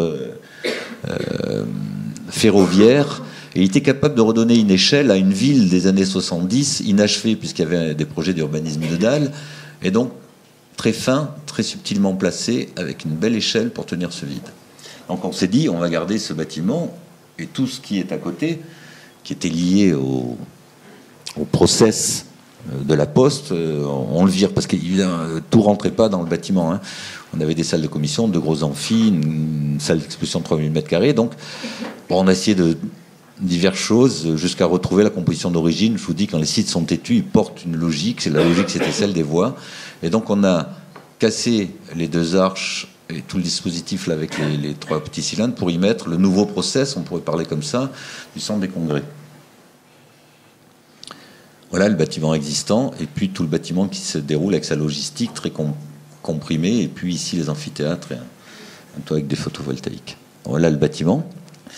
On a dégagé les mezzanines qui étaient là, ouvert le rez-de-chaussée qui était fermé parce que c'était des quais de livraison, et puis rajouter cette partie-là dans laquelle il y a les amphis, la grande halle d'expo. Donc, ce bâtiment est devenu un bâtiment belvédère, c'est-à-dire qu'on peut voir à l'intérieur ce qui s'y passe, et puis depuis les espaces à l'intérieur, y compris ici, on voit la ville. Donc cette synergie est inhabituelle dans les centres de congrès. Et quand on a gagné, c'est passé une chose vraiment extraordinaire. C'est-à-dire que je suis allé voir avec Christophe Prel, on avait fait le concours avec Christophe Prel, qui est un ancien, et je suis allé voir Claude Prouvé, avec un peu d'anxiété, puisqu'on lui bousillait la moitié du bâtiment quand même, en disant, bon voilà, on a fait un concours, on a conservé une partie de votre bâtiment, on en a enlevé une autre. Je lui ai expliqué le projet, il avait un petit sourire quand je lui ai expliqué le projet, et à la fin, il me dit, bon écoutez, j'ai compris. Vous saviez que c'est ce que j'avais prévu. Alors je regarde, je lui dis, comment ça, vous aviez prévu? Alors il me dit oui, parce qu'au moment où on fait le centre de tri, la question se pose, et je sais déjà que les centres de tri vont migrer à l'extérieur des villes, parce que ramener des camions, ramener du flux de camions à l'intérieur du centre-ville, alors qu'on est en centre-ville avec un dispositif possible, c'était pas possible. Donc j'ai bagarré pour faire en sorte que le bâtiment dans lequel il y avait toutes les trieuses, etc., soit vitré, qui est une structure porteuse. On n'a qu'un axe porteur au centre et sur les côtés, donc en fait une structure capable, une structure disponible, et que tout le process qui était lié à la Poste soit sur le côté et puisse être enlevé. Donc en réalité, quand on a fait le projet, et je voulais vous parler de ça, quoi, faire un projet à partir des plans d'autres archives, je vous ai parlé de connaissances au début, hein, l'architecture, la science des connaissances, et la science des relations subtiles, bon, je m'en souviens même plus. Et ce qui était intéressant dans ce projet, c'est qu'on se rend compte que travailler à partir des plans d'un autre architecte, c'est dialoguer avec lui, même s'il n'est pas là. Et donc, je suis certain que travailler sur un projet de Brunelleschi, c'est dialoguer avec lui. Parce que quand on travaille attentivement, bon, quand on voit un projet, c'est une chose, mais quand on y travaille dessus, on voit les endroits où ça a grippé, on voit les endroits où il y a eu de la sueur pour régler les problèmes, on voit les endroits où c'est allé tout seul. Et donc, sans le savoir, on a reproduit ce que Claude Prouvé avait prévu. Donc, c'est une belle histoire. Puis c'est un grand monsieur aussi, parce qu'il aurait pu dire, bon, on garde tout, et avec beaucoup d'élégance, il a cautionné le projet, il l'a porté. Donc, toujours le sol, on a ici une différence, puisque les quais étaient...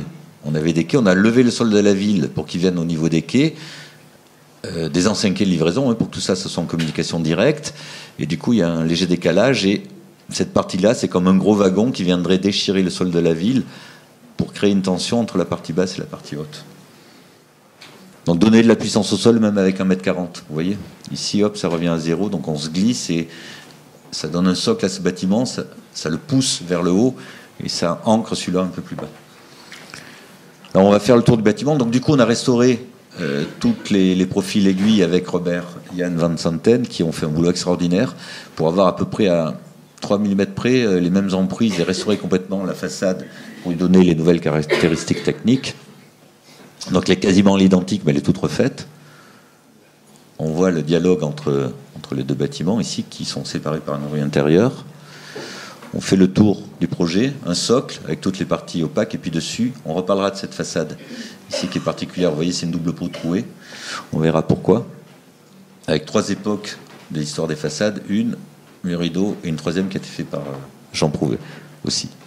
Donc on revient vers le Paul Bus et la place de la République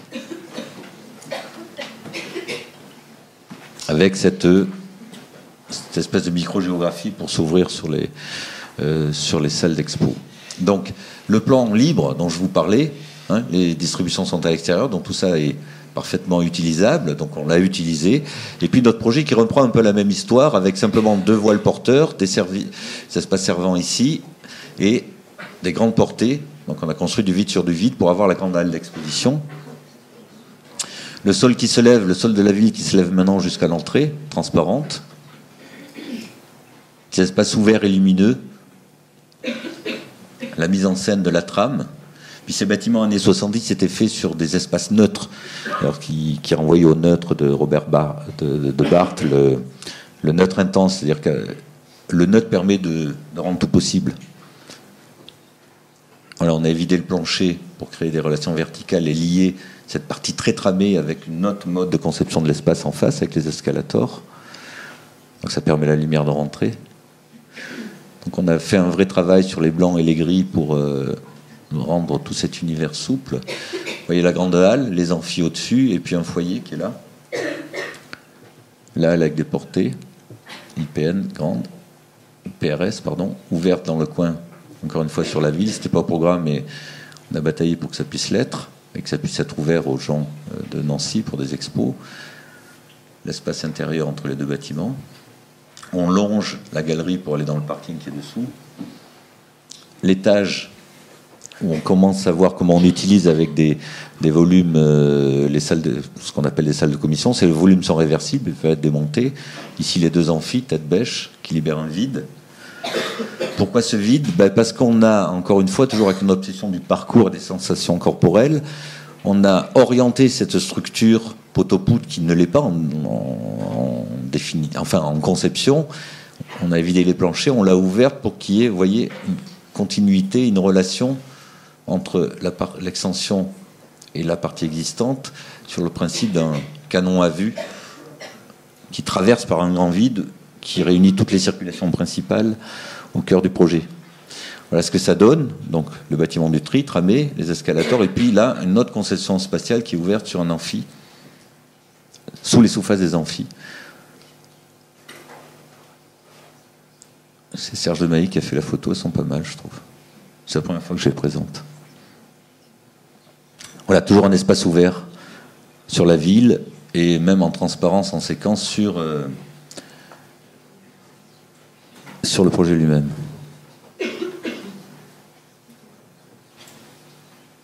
Et là, donc, la place de la République, grand canon à vue, et là, on passe donc de cette structure tramée à une autre conception de l'espace, qui est faite de masses sculptées. C'est les sous-faces des amphis, ici, puis là c'est un lieu de réunion, avec une intervention artistique au sol. Voilà, le fameux canon en vue dont je vous parlais, qui va être ouvert sur la ville à venir, puisque là il y a des gros projets urbains. Et vous voyez que là, grâce à Robertian Van Santen, on a pu construire ce qu'on fait sur les Perses habituellement en concours, c'est-à-dire qu'une menuiserie, une peau vitrée, on fait un trait. Là, le trait, il fait 6 par 3. Alors que, logiquement, pour tenir des parties vitrées comme ça à l'effet au vent, vous auriez eu une poutre à peu près de 50 par 30, c'est-à-dire une opacité. En fait, ce sont des capes tendus. Il y a au-dessus des gros ressorts avec des portiques qui tendent chaque menuiserie à 11 tonnes et qui permet donc d'avoir cette peau vitrée diaphane.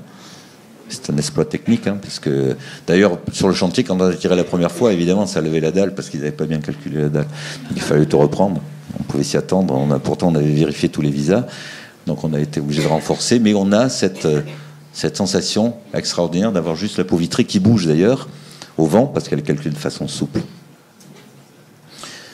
Voilà, un lieu de réunion, les amphis, et puis de nouveau, toujours cette transparence totale, la lumière et la ville qui est toujours mise en scène partout. L'amphithéâtre. Alors là, juste 2 mots pour dire qu'on travaille en architecture aussi avec les codes. Le code des salles de congrès, c'est le bois et le cuir.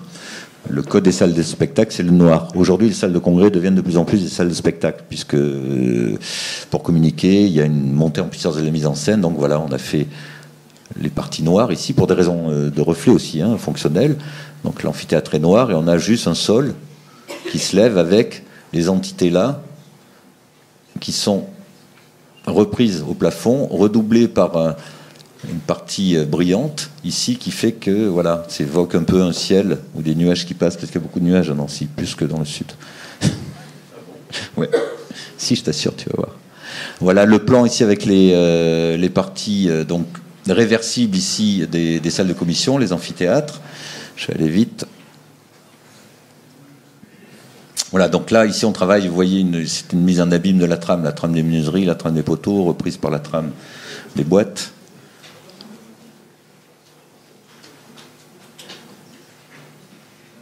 Les vues, même depuis les salles de commission, sur l'extérieur.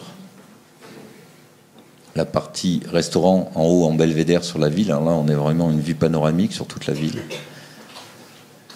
Et cette façade dont je voulais vous parler, on peut prendre cette façade on peut l'imaginer avec des intentions graphiques ou esthétiques, mais en réalité, c'est une façade acoustique.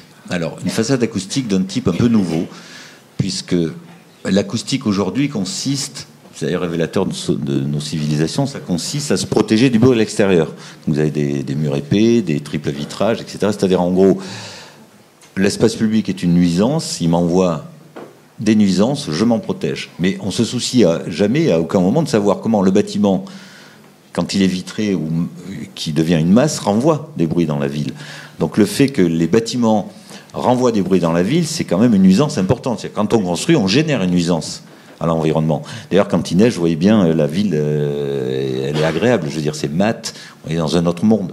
Donc on a fait une paroi acoustique, c'est-à-dire on a un dispositif, j'ai oublié le nom, je suis un peu fatigué là, c'est un Allemand qui a mis ça au point dans les années 50. Vous avez une première peau vitrée qui est poreuse, c'est-à-dire que le son rentre à travers ces trous, il passe à travers et il est capté derrière par une paroi acoustique comme à l'intérieur d'un bâtiment, c'est-à-dire c'est l'alu qui est troué, donc le son rentre, il est capté, et si jamais il veut ressortir comme il y a toujours une incidence, il est repris par la paroi vitrée. Donc on a un vrai affaiblissement acoustique qui fait qu'il y a une ZAC qui va se construire autour. La nuit, s'il passe un train ou qu'il y a un écho, ça va l'absorber. Le bâtiment absorbera les bruits. Alors il est très percé aux endroits où, parce que le bâtiment est un peu incliné par rapport aux voies, il est très percé aux endroits où il doit absorber, puis il est quasiment plus au bout. Donc on a une façade qui est dessinée non pas par une intention esthétique, mais par l'impact direct des bruits. On a fait une simulation numérique des bruits sur la façade. Alors, tout ça pour dire cette façade est très technique. Les butons ici sont en limite de calcul aussi. Vous voyez qu'ils sont très fins par rapport aux effets au vent, par rapport au poids. Donc on était en limite d'ATEX là-dessus. Et un mur rideau au logement, un autre type de mur rideau avec des profils aiguilles, et puis nous. Et finalement, on s'est rendu compte à la fin, je vous avoue que je ne l'avais pas capté au début, mais que s'inscrire dans une traduction technique de la façade, c'est une manière aussi de s'inscrire dans un site. Il n'y a pas que la question de la proportion, du volume, de la lumière. Il y a aussi continuer une histoire d'une recherche sur les façades qui a été engagée à Nancy par Prouvé. À droite, c'est une façade de Jean Prouvé. Ouais. Ici, c'est une interprétation du mur aiguille et des profils Tour Eiffel de Jean Prouvé. Et là, c'est nous avec Robert Tian Van Santen. Alors, bon, vous avez notre vue de ce dispositif. Vous voyez, ici, c'était troué. Enfin, on ne le voit pas très bien sur cette photo. Ici, c'est troué, et puis ça devient de moins en moins troué. Et ici, ça ne l'est plus parce qu'on a l'abri du bâtiment. Alors, ce bâtiment fonctionne aussi, cette peau-là. Là, on parle d'inscription plus, sensible ou esthétique, ou je sais pas, j'ai pas le mot là. Dans le site, c'est que Nancy, c'est une ville je parlais nuages, où le temps change beaucoup. Et ça m'avait beaucoup impressionné. Dans le sud, bon, c'est l'été, crac, on met une lunette de soleil, on en a pour 6 mois. Là, le temps change tout le temps. Et du coup, une manière de s'inscrire dans le site, parce que c'est une ville, quand on y arrive, elle paraît un peu grise comme ça, mais quand on la regarde, tous ces bâtiments sont extrêmement fins, c'est très bien construit, et c'est une très grande finesse. Donc on ne voulait pas arriver ici avec un objet badaboum, crac, pour disqualifier tout ce qu'il y a autour. Vous voyez qu'il y a quand même l'idée de s'inscrire dans ce dispositif, mais d'amplifier la lumière par cette double peau vitrée qui est acoustique, mais aussi qui amplifie la lumière. C'est-à-dire que là, c'est comme la mer, quoi. C'est bleu, c'est gris-bleu, mais quand il fait gris, elle devient grise. Quand elle prend un éclat de soleil, elle amplifie. Donc ce bâtiment vit et amplifie les variations de la lumière, en plus d'avoir une dimension acoustique. Là, c'est l'avant-dernier projet que je vais vous présenter, c'est celui d'Arles. On a gagné le concours. C'était la finale du Sud. Oui. Il y avait Rudy, il y avait Francis Solaire, Rudy Ricciotti, Francis Solaire, Édouard de Soto-Demour. C'est le premier concours que je fais que contre des amis. On a eu la chance de le gagner. C'est pour ça que je vous le montre. Sinon, j'aurais une douleur trop vive pour vous le montrer. Donc, une école, c'est l'école de la photo d'Arles, sur un site assez violent. Vous avez un boulevard qui passe ici, les voies ferrées, et puis les anciens ateliers. Et il y a le projet de l'UMA, de Franck Guéry, qui est constitué de socles ici et d'une tour d'une 60aine de mètres de haut. Donc 150 millions d'euros. Et nous, ici, on est dans un décaissé, 7 mètres plus bas, 11 millions d'euros.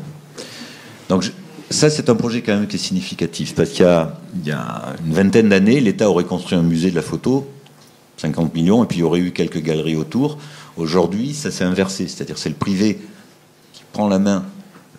C'est pas forcément négatif, en tous les cas, qui est la locomotive sur ces questions-là, et puis l'État, et on a un terrain en contrebas avec un petit budget. Ce qui nous a pas, avec un programme en revanche passionnant. Donc on s'est inscrit dans ce site avec 2 figures. La première qui est comme une grande halle ici, qui reprend l'échelle des halles des ateliers qui étaient là, des ateliers ferroviaires, et puis une figure en forme de patio ici qui reprend les patios de la ville traditionnelle, parce qu'on est juste à la limite entre la ville traditionnelle ici et puis les infrastructures des ateliers ferroviaires. Donc et à ces 2 figures correspondent 2 parties du programme. La première est extravertie ici, c'est toutes les parties de programme, donc vous l'avez en plan, sur lesquelles il y a les salles d'expo, le Lab Fab, l'amphithéâtre, et dessous, au fur et à mesure, on descend dans l'intimité du projet, on descend dans les salles de classe et dans les ateliers où les étudiants travaillent. Donc vous voyez toujours notre obsession pour cerner les lieux sanitaires, etc., servant servi, et puis la plus grande transparence et la plus grande flexibilité possible sur les espaces autour. Flexibilité toujours autour du patio, parce qu'on a 2 figures hyper flexibles. La première, c'est la barre, et la deuxième, c'est le patio, avec juste des points porteurs ici. Et dans une figure comme celle-là, vous pouvez transformer ce que vous voulez de la façon la plus simple possible. C'est la figure du couvent, c'est la figure de l'école, enfin, c'est ce qu'ils appellent les compressions typologiques. Donc on a 2 manières de penser la transformation et la flexibilité des bâtiments. Donc là, il y a les salles de cours autour du patio. Et plus on descend, plus le programme est dense en enseignement, pour être au niveau du sol, du nouveau sol, qui a été excavé de la ville, puisque le terrain naturel, il était là, avant qu'ils excavent. Donc la tour de Guéry, notre bâtiment qui se connecte à la rue avec un patio. Voilà notre forme de cette figure. Le bâtiment de Guéry est vertical, 57 mètres de haut exactement, et nous on a fait 120 mètres horizontal. Voilà. Juste pour se caler sur une autre logique et pour reprendre encore ces 2 directions dont je vous parlais, essentielles. Donc on a étiré le bâtiment pour qu'il y ait une échelle par rapport au bâtiment de l'UMA, pour qu'il soit transparent sur un monument historique ici qui est une chapelle. Alors, il y a un côté Stone Age, c'est-à-dire la masse et le plateau soulevé. Ce qui donne l'affiche de la conf, avec toujours ce dispositif de saut de loup. C'est encore une marotte, une obsession, ce qui fait qu'on a un lien direct comme ça entre l'espace public, l'amphi et les lieux d'expo, qui fait que l'écran est là et si on ouvre la nuit, on peut voir depuis la rue ce qui est projeté. Ça peut être ouvert à tout le monde. Dessous, le croisement de la figure de la barre et du patio, ça génère des espaces complexe, à l'abri de la lumière brûlante, du soleil, avec voilà, toutes ces gradations de lumière pour un lieu qui est censé, qui enseigne la photo, ça me paraissait important. Le patio central, avec distribution à l'extérieur, c'est-à-dire que les étudiants vont aller dans les cours depuis l'extérieur. Ça, le directeur a accepté cette idée-là. Et puis, voilà, cette masse ici, le rocher, parce que finalement, Gehry, voilà, c'est le projet de Gehry, il a repris un peu l'idée de la colline, l'idée, voilà, Van Gogh, etc., Van Google. Et on a ici la masse fermée et intime, creusée des lieux d'enseignement, et puis la partie extravertie avec la bibliothèque, les lieux d'exposition, le hall d'accueil, qui est ouverte sur la ville. Avec ce terrain qu'on a laissé libre, et qu'on va continuer à vouloir laisser libre, un peu sauvage, parce que Arles est une très belle ville, qui est minérale et qui est sauvage. Elle a un côté indompté, et on voulait attraper cette histoire-là. Pas en faire un projet joli et propre. Dernier projet qui est chez vous, ici, à Strasbourg. La passerelle de Marc Mimram, le pont de l'Europe, notre projet, et puis le pont ferroviaire. Donc on a une collection de ponts très proches les uns des autres, et on franchit une frontière. Donc on a proposé un bowstring, un double arc, voilà, vous le voyez ici, qui est fendu au milieu pour multiplier cet effet de ricochet pour aller d'un point à un autre, la frontière étant à peu près sur la pile centrale. C'est un transport, c'est mode doux, hein, enfin, il n'y a que du tramway, du vélo et des piétons, il n'y a pas de voiture. Donc on passe dans cette histoire-là. Voilà, toujours cette idée de ricochet qui est amplifiée par le double arc fendu au centre. Voilà le dispositif.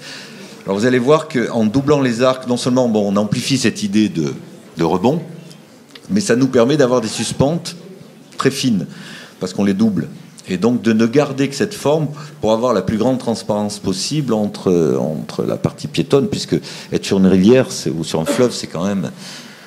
C'est être dans un espace naturel incroyable en ville, dans un vide qui est porteur de beaucoup de choses. Et donc multiplier les suspentes, on va le voir en vrai, hein, ça permet d'avoir des suspentes quasiment invisibles par rapport au pont suspendu. On profite de la courbe d'accès au pont pour le mettre en scène avec la meilleure descente sur les quais, le Rhin, et cette approche biaise du pont, cette idée de rebond et de ricochet. Voilà l'ouvrage en cours de construction, il est là, hein. Vous voyez que les suspentes sont hyper fines, hein. Donc on les voit, on voit bien comment on voit à travers. Voilà, la nuit. Oui, parce que je me faisais l'idée que traverser la frontière, ça pouvait être... On pouvait le faire en sautillant, quoi. Voilà, c'est un peu l'idée de ce pont. Tchop, tchop. Merci de votre attention.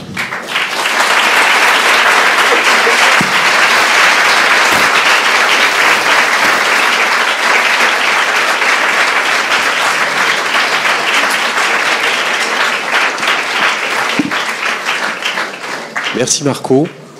Tu as oublié de dire que tu viens de gagner juste tout à l'heure quand je t'ai salué, quand je t'ai accueilli un concours. Donc tu es vraiment bordé de nouilles. Et ce soir, oui. D'être parmi vous et d'avoir gagné le concours. Félicitations. C'est quel concours ? C'est un truc intéressant parce que c'est un concours, ça s'appelle l'IMRED, Institut méditerranéen des risques et de l'environnement durable. Alors, le programme est passionnant parce que Nice est la 4e ville en data smart city. C'est-à-dire qu'il y a plein de capteurs partout.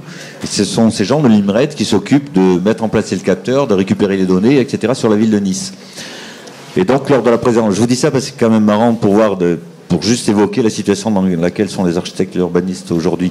Donc, le directeur de l'IMRED, qui est un ingénieur, nous présente le projet, nous raconte son histoire, nous montre comment il a des capteurs partout, qui va pouvoir régler les flux en fonction du son, des températures, etc. Et au bout d'un moment, il dit on va pouvoir fabriquer la ville de demain avec ça.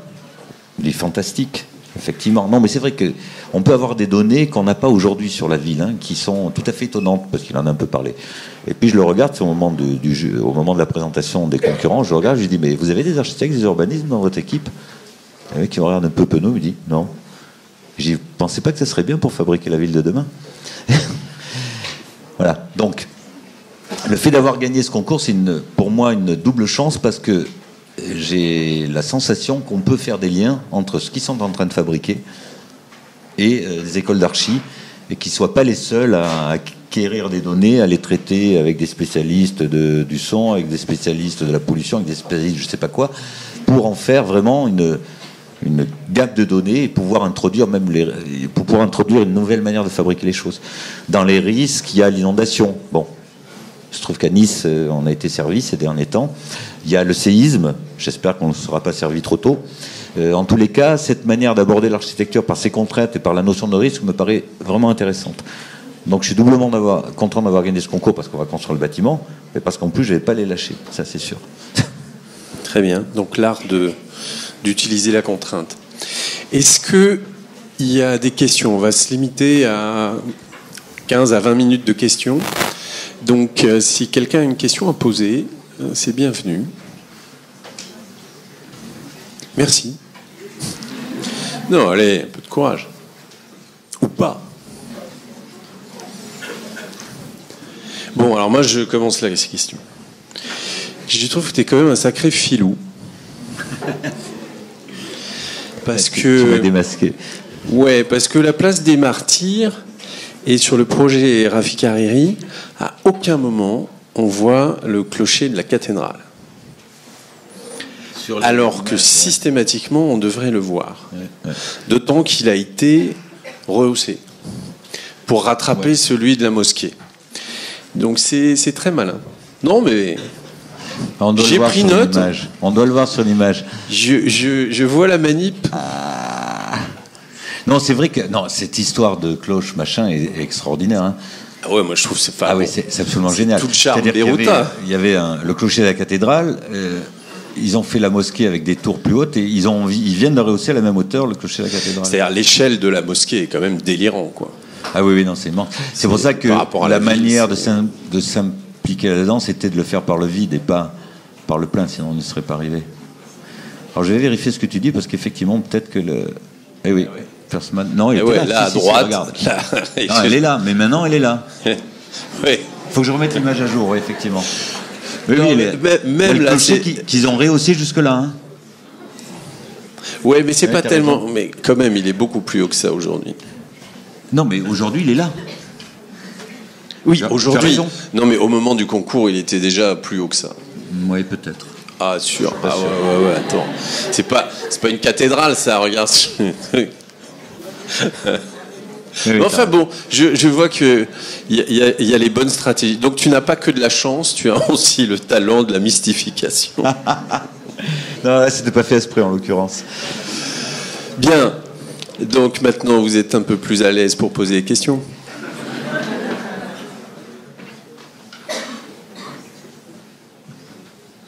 Bien. Ah, mademoiselle. Je vous ai épuisé, désolé. Ah, mais si. Attendez, je vous donne le micro. Que tout le monde vous entende. Vous êtes présenté en disant que vous avez fait aussi des études de scénographie. Et j'aurais aimé savoir en quoi ces études, qu'est-ce qu'elles vous ont apporté dans la réalisation de vos projets. Attendez, excusez-moi, je vous entends pas bien. Le micro ne marche pas. Donc, tu ne l'avais pas dit, mais tu as fait tes études de scénographie à la Villa d'Arsou. Oui, Villa d'Arsou. Qui est devenu aujourd'hui aussi un grand centre. Oui. Est-ce que ça m'a amené dans ta vision, ta carrière? Beaucoup de choses. Beaucoup de choses que je commence à réaliser un peu maintenant. Bon, la première chose, c'est que ça m'a familiarisé avec les artistes. C'est-à-dire que la Villa Arson, il y avait un département de scénographie, mais c'était une école d'art. Donc j'ai pu grandir avec eux, travailler avec eux, voir comment ils fonctionnent. Et c'est vrai que c'est un lien qu'il faut absolument qu'on arrive à affiner, parce que les artistes ne comprennent pas bien, et nous on ne comprend pas bien les artistes, hein, pour être tout à fait honnête. Donc là, j'ai vécu avec eux. Je me suis posé beaucoup de questions, parce qu'évidemment, en ayant fait scénographie, je me disais peut-être je vais faire que ça, et pas architecture, je doutais beaucoup. Donc la première chose, c'est de comprendre ce qu'était pour moi un artiste. Quand est-ce qu'un artiste m'émouvait vraiment, ou quand est-ce qu'il était important à mes yeux. Et finalement, j'ai pas trouvé la réponse tout de suite, mais au bout d'un moment, je me suis dit, finalement, un artiste est important quand c'est quelqu'un qui vous fait voir quelque chose que vous n'avez pas vu avant. Après, on peut parler d'un art, on peut parler de technique, on peut parler de tout ce qu'on veut. Mais la technique est seconde, elle exprime une idée. Un vrai artiste, c'est quelqu'un qui vous fait voir quelque chose que vous n'aviez pas vu avant.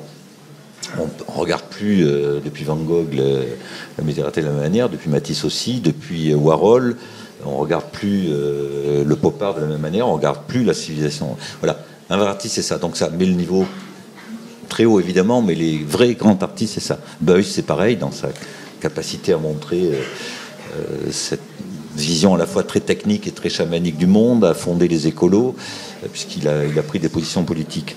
Donc ça, c'est la première chose. Et d'une certaine manière, évidemment avec un degré moindre, comme architecte, on fait la même chose. On peut faire la même chose. C'est-à-dire que quand on intervient dans un site, on peut rendre visibles des choses, ou on peut donner à voir ce site autrement, par l'architecture. Ça, c'est très important. La deuxième chose que ça m'a amené, vous avez pu le voir sur plusieurs projets, notamment sur celui-là, même si la tour n'est pas à la hauteur voulue, c'est que par la scénographie, il y a l'idée du point de vue et il y a l'idée de la place de l'acteur dans un décor. C'est-à-dire qu'il y a l'idée de la fiction. Et faire un projet, c'est aussi, à un moment donné, faire une fiction d'un site. Ça n'est pas que du pragmatisme, c'est se raconter une histoire, quoi. Et je me souviens d'une réflexion que m'avait fait Gaston Young, qui était metteur en scène.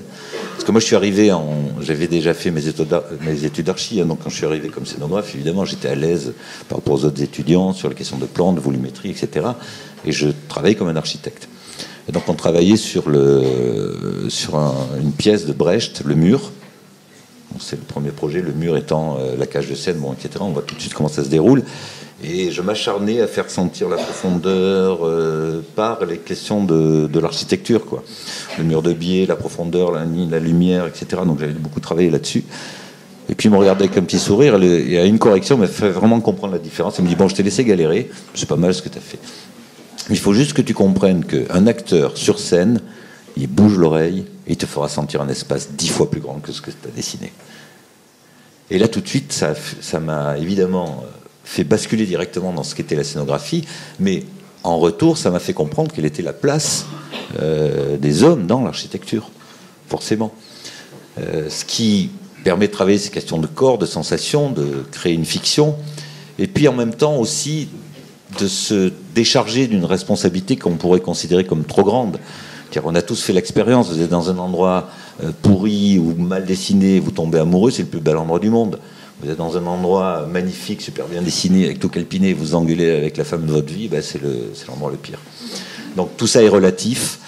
C'est pas parce qu'on s'attache à construire des fictions, à maintenir l'espace, on crée des possibilités, mais ensuite la vie est plus forte que tout, évidemment.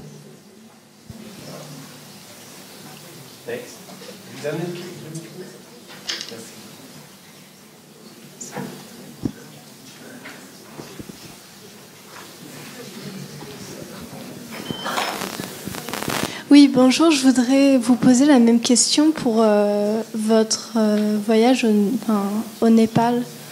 Parce que c'est pas pareil. Ouais, c'est plus violent. Comme destination, c'est... Oui, c'est plus violent parce que... Alors, ce qui m'intéressait en Népal, c'est le rapport, la spiritualité néwar, parce que c'est l'ethnie dans laquelle j'étais, qui est un mix entre l'hindouisme, bouddhisme, tantrisme. Et donc, ils avaient fait une espèce de syncrétisme comme ça, qui permettait d'être de plein pied dans un autre rapport au monde. Hein. C'est une civilisation où il n'y a pas de différence entre la symbolique et entre l'aspect symbolique des choses et l'aspect pragmatique des choses. C'est un univers complètement mélangé. Et donc là c'était prendre suffisamment de distance avec nos sociétés pour pouvoir voir comment elle était fabriquée. Je sentais bien que j'étais dans un bain, qu'on pouvait l'analyser. Je lisais des bouquins de sociaux. Bon. Il y avait des sociologues, et Baudrillard, il y avait des philosophes, Lyotard, etc. Bon, qui étaient dans une histoire, mais je me suis dit, si je pars un peu plus loin, peut-être je la comprendrai un peu mieux. Je sens très bien qu'il y avait un peu des névroses. Enfin, bon, mon sentiment, c'est qu'il y avait des névroses dans toutes ces histoires. Donc je suis parti là-bas, et là-bas, vous êtes complètement dans un monde. C'est un voyage dans le temps et dans l'espace, parce que j'ai vécu dans un village où j'étais le seul occidental. Il fallait franchir... il y avait un comité de sages qui vous permettait ou pas de vous installer dans le village.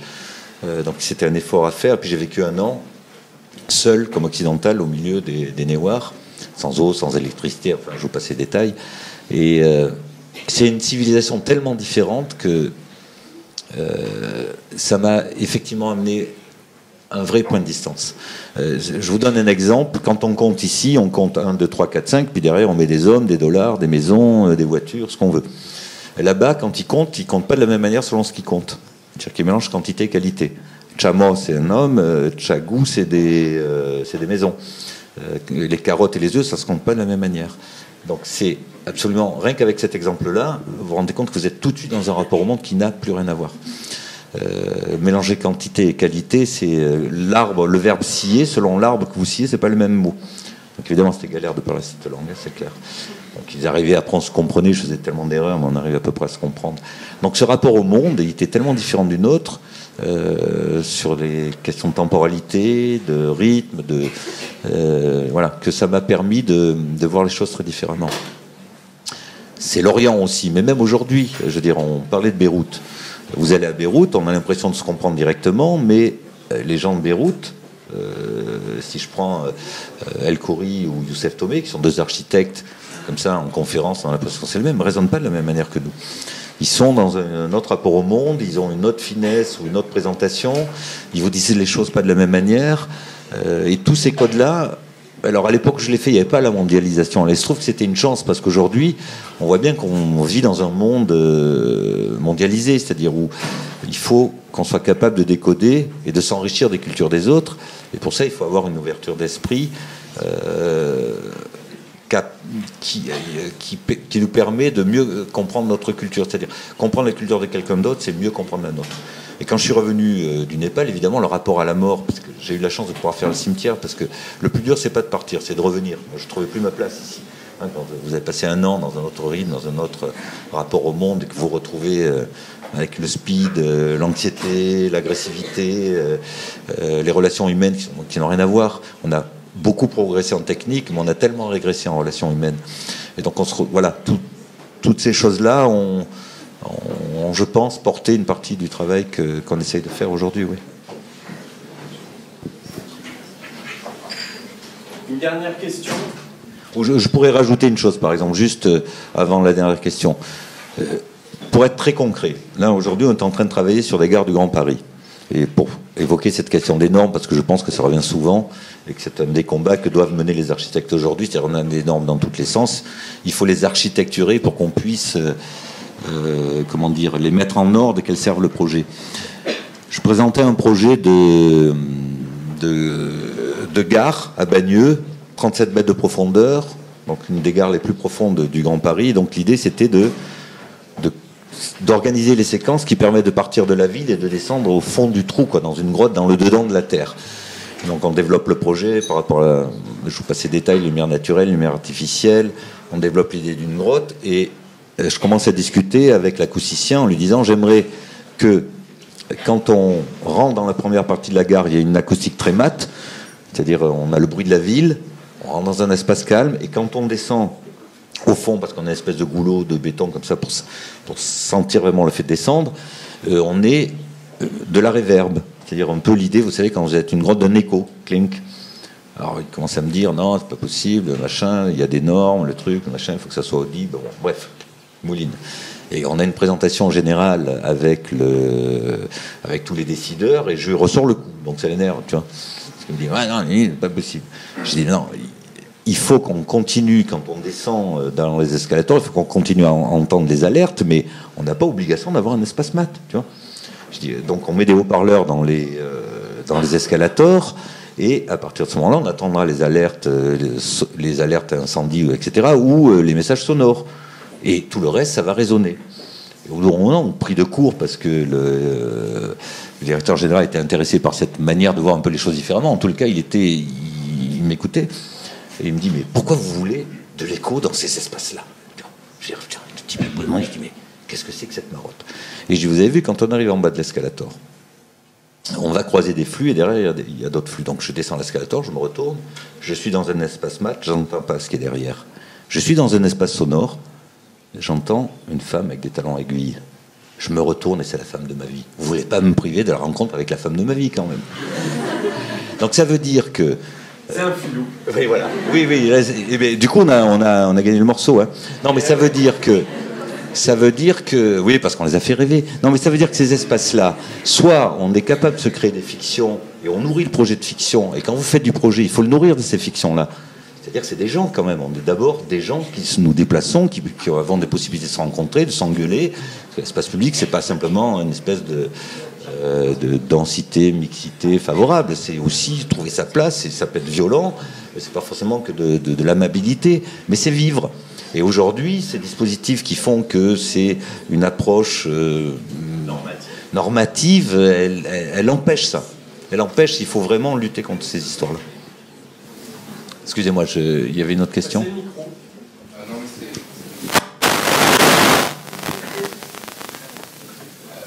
juste que dans la majorité des projets que vous avez présentés, qui sont tous singuliers par le contexte, le programme et la façon dont vous les traitez, mais sauf erreur de ma part, j'ai l'impression qu'il y a une matérialité qui revient à chaque fois dans vos projets, à savoir un béton avec une teinte assez particulière. Et du coup, j'aurais voulu savoir s'il y avait une réflexion autour de ce matériau-là, ou si c'était une pure coïncidence qui soit dans les projets présentés. Non, dans les projets que je vous ai présentés, effectivement. Dans la villa, il y a à peu près le même soubassement que dans l'école. J'aurais pu vous présenter un concours qu'on a gagné pour le tribunal de grande instance d'Aix qui s'est arrêté malheureusement. Oui, il y a des sortes de fils conducteurs, de thèmes comme ça.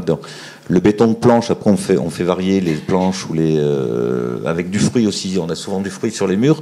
C'est une manière, une espèce de code comme ça que j'ai stabilisé, qui permet de dire ces éléments-là, c'est une prolongation du sol. C'est de la masse, c'est du rocher, c'est ce rapport-là au sol que j'essaie d'exprimer avec ces matériaux-là. Et puis après c'est peut-être inconscient, je sais pas. Mais je sais que je me retrouve assez bien dans l'idée de faire des projets très différents, mais en même temps d'affiner un certain nombre de démarches, de faire qu'il y ait un lien, même s'il n'intéresse personne, hein, parce que le lien qu'il peut y avoir entre un projet à Aix et un projet à Beyrouth, un projet à je sais pas où, mais c'est une forme de cohérence aussi pour notre travail. Ça me permet aussi de ne pas réinventer tout à chaque fois. Bien, merci à vous tous et merci à toi, Marc. Merci à vous.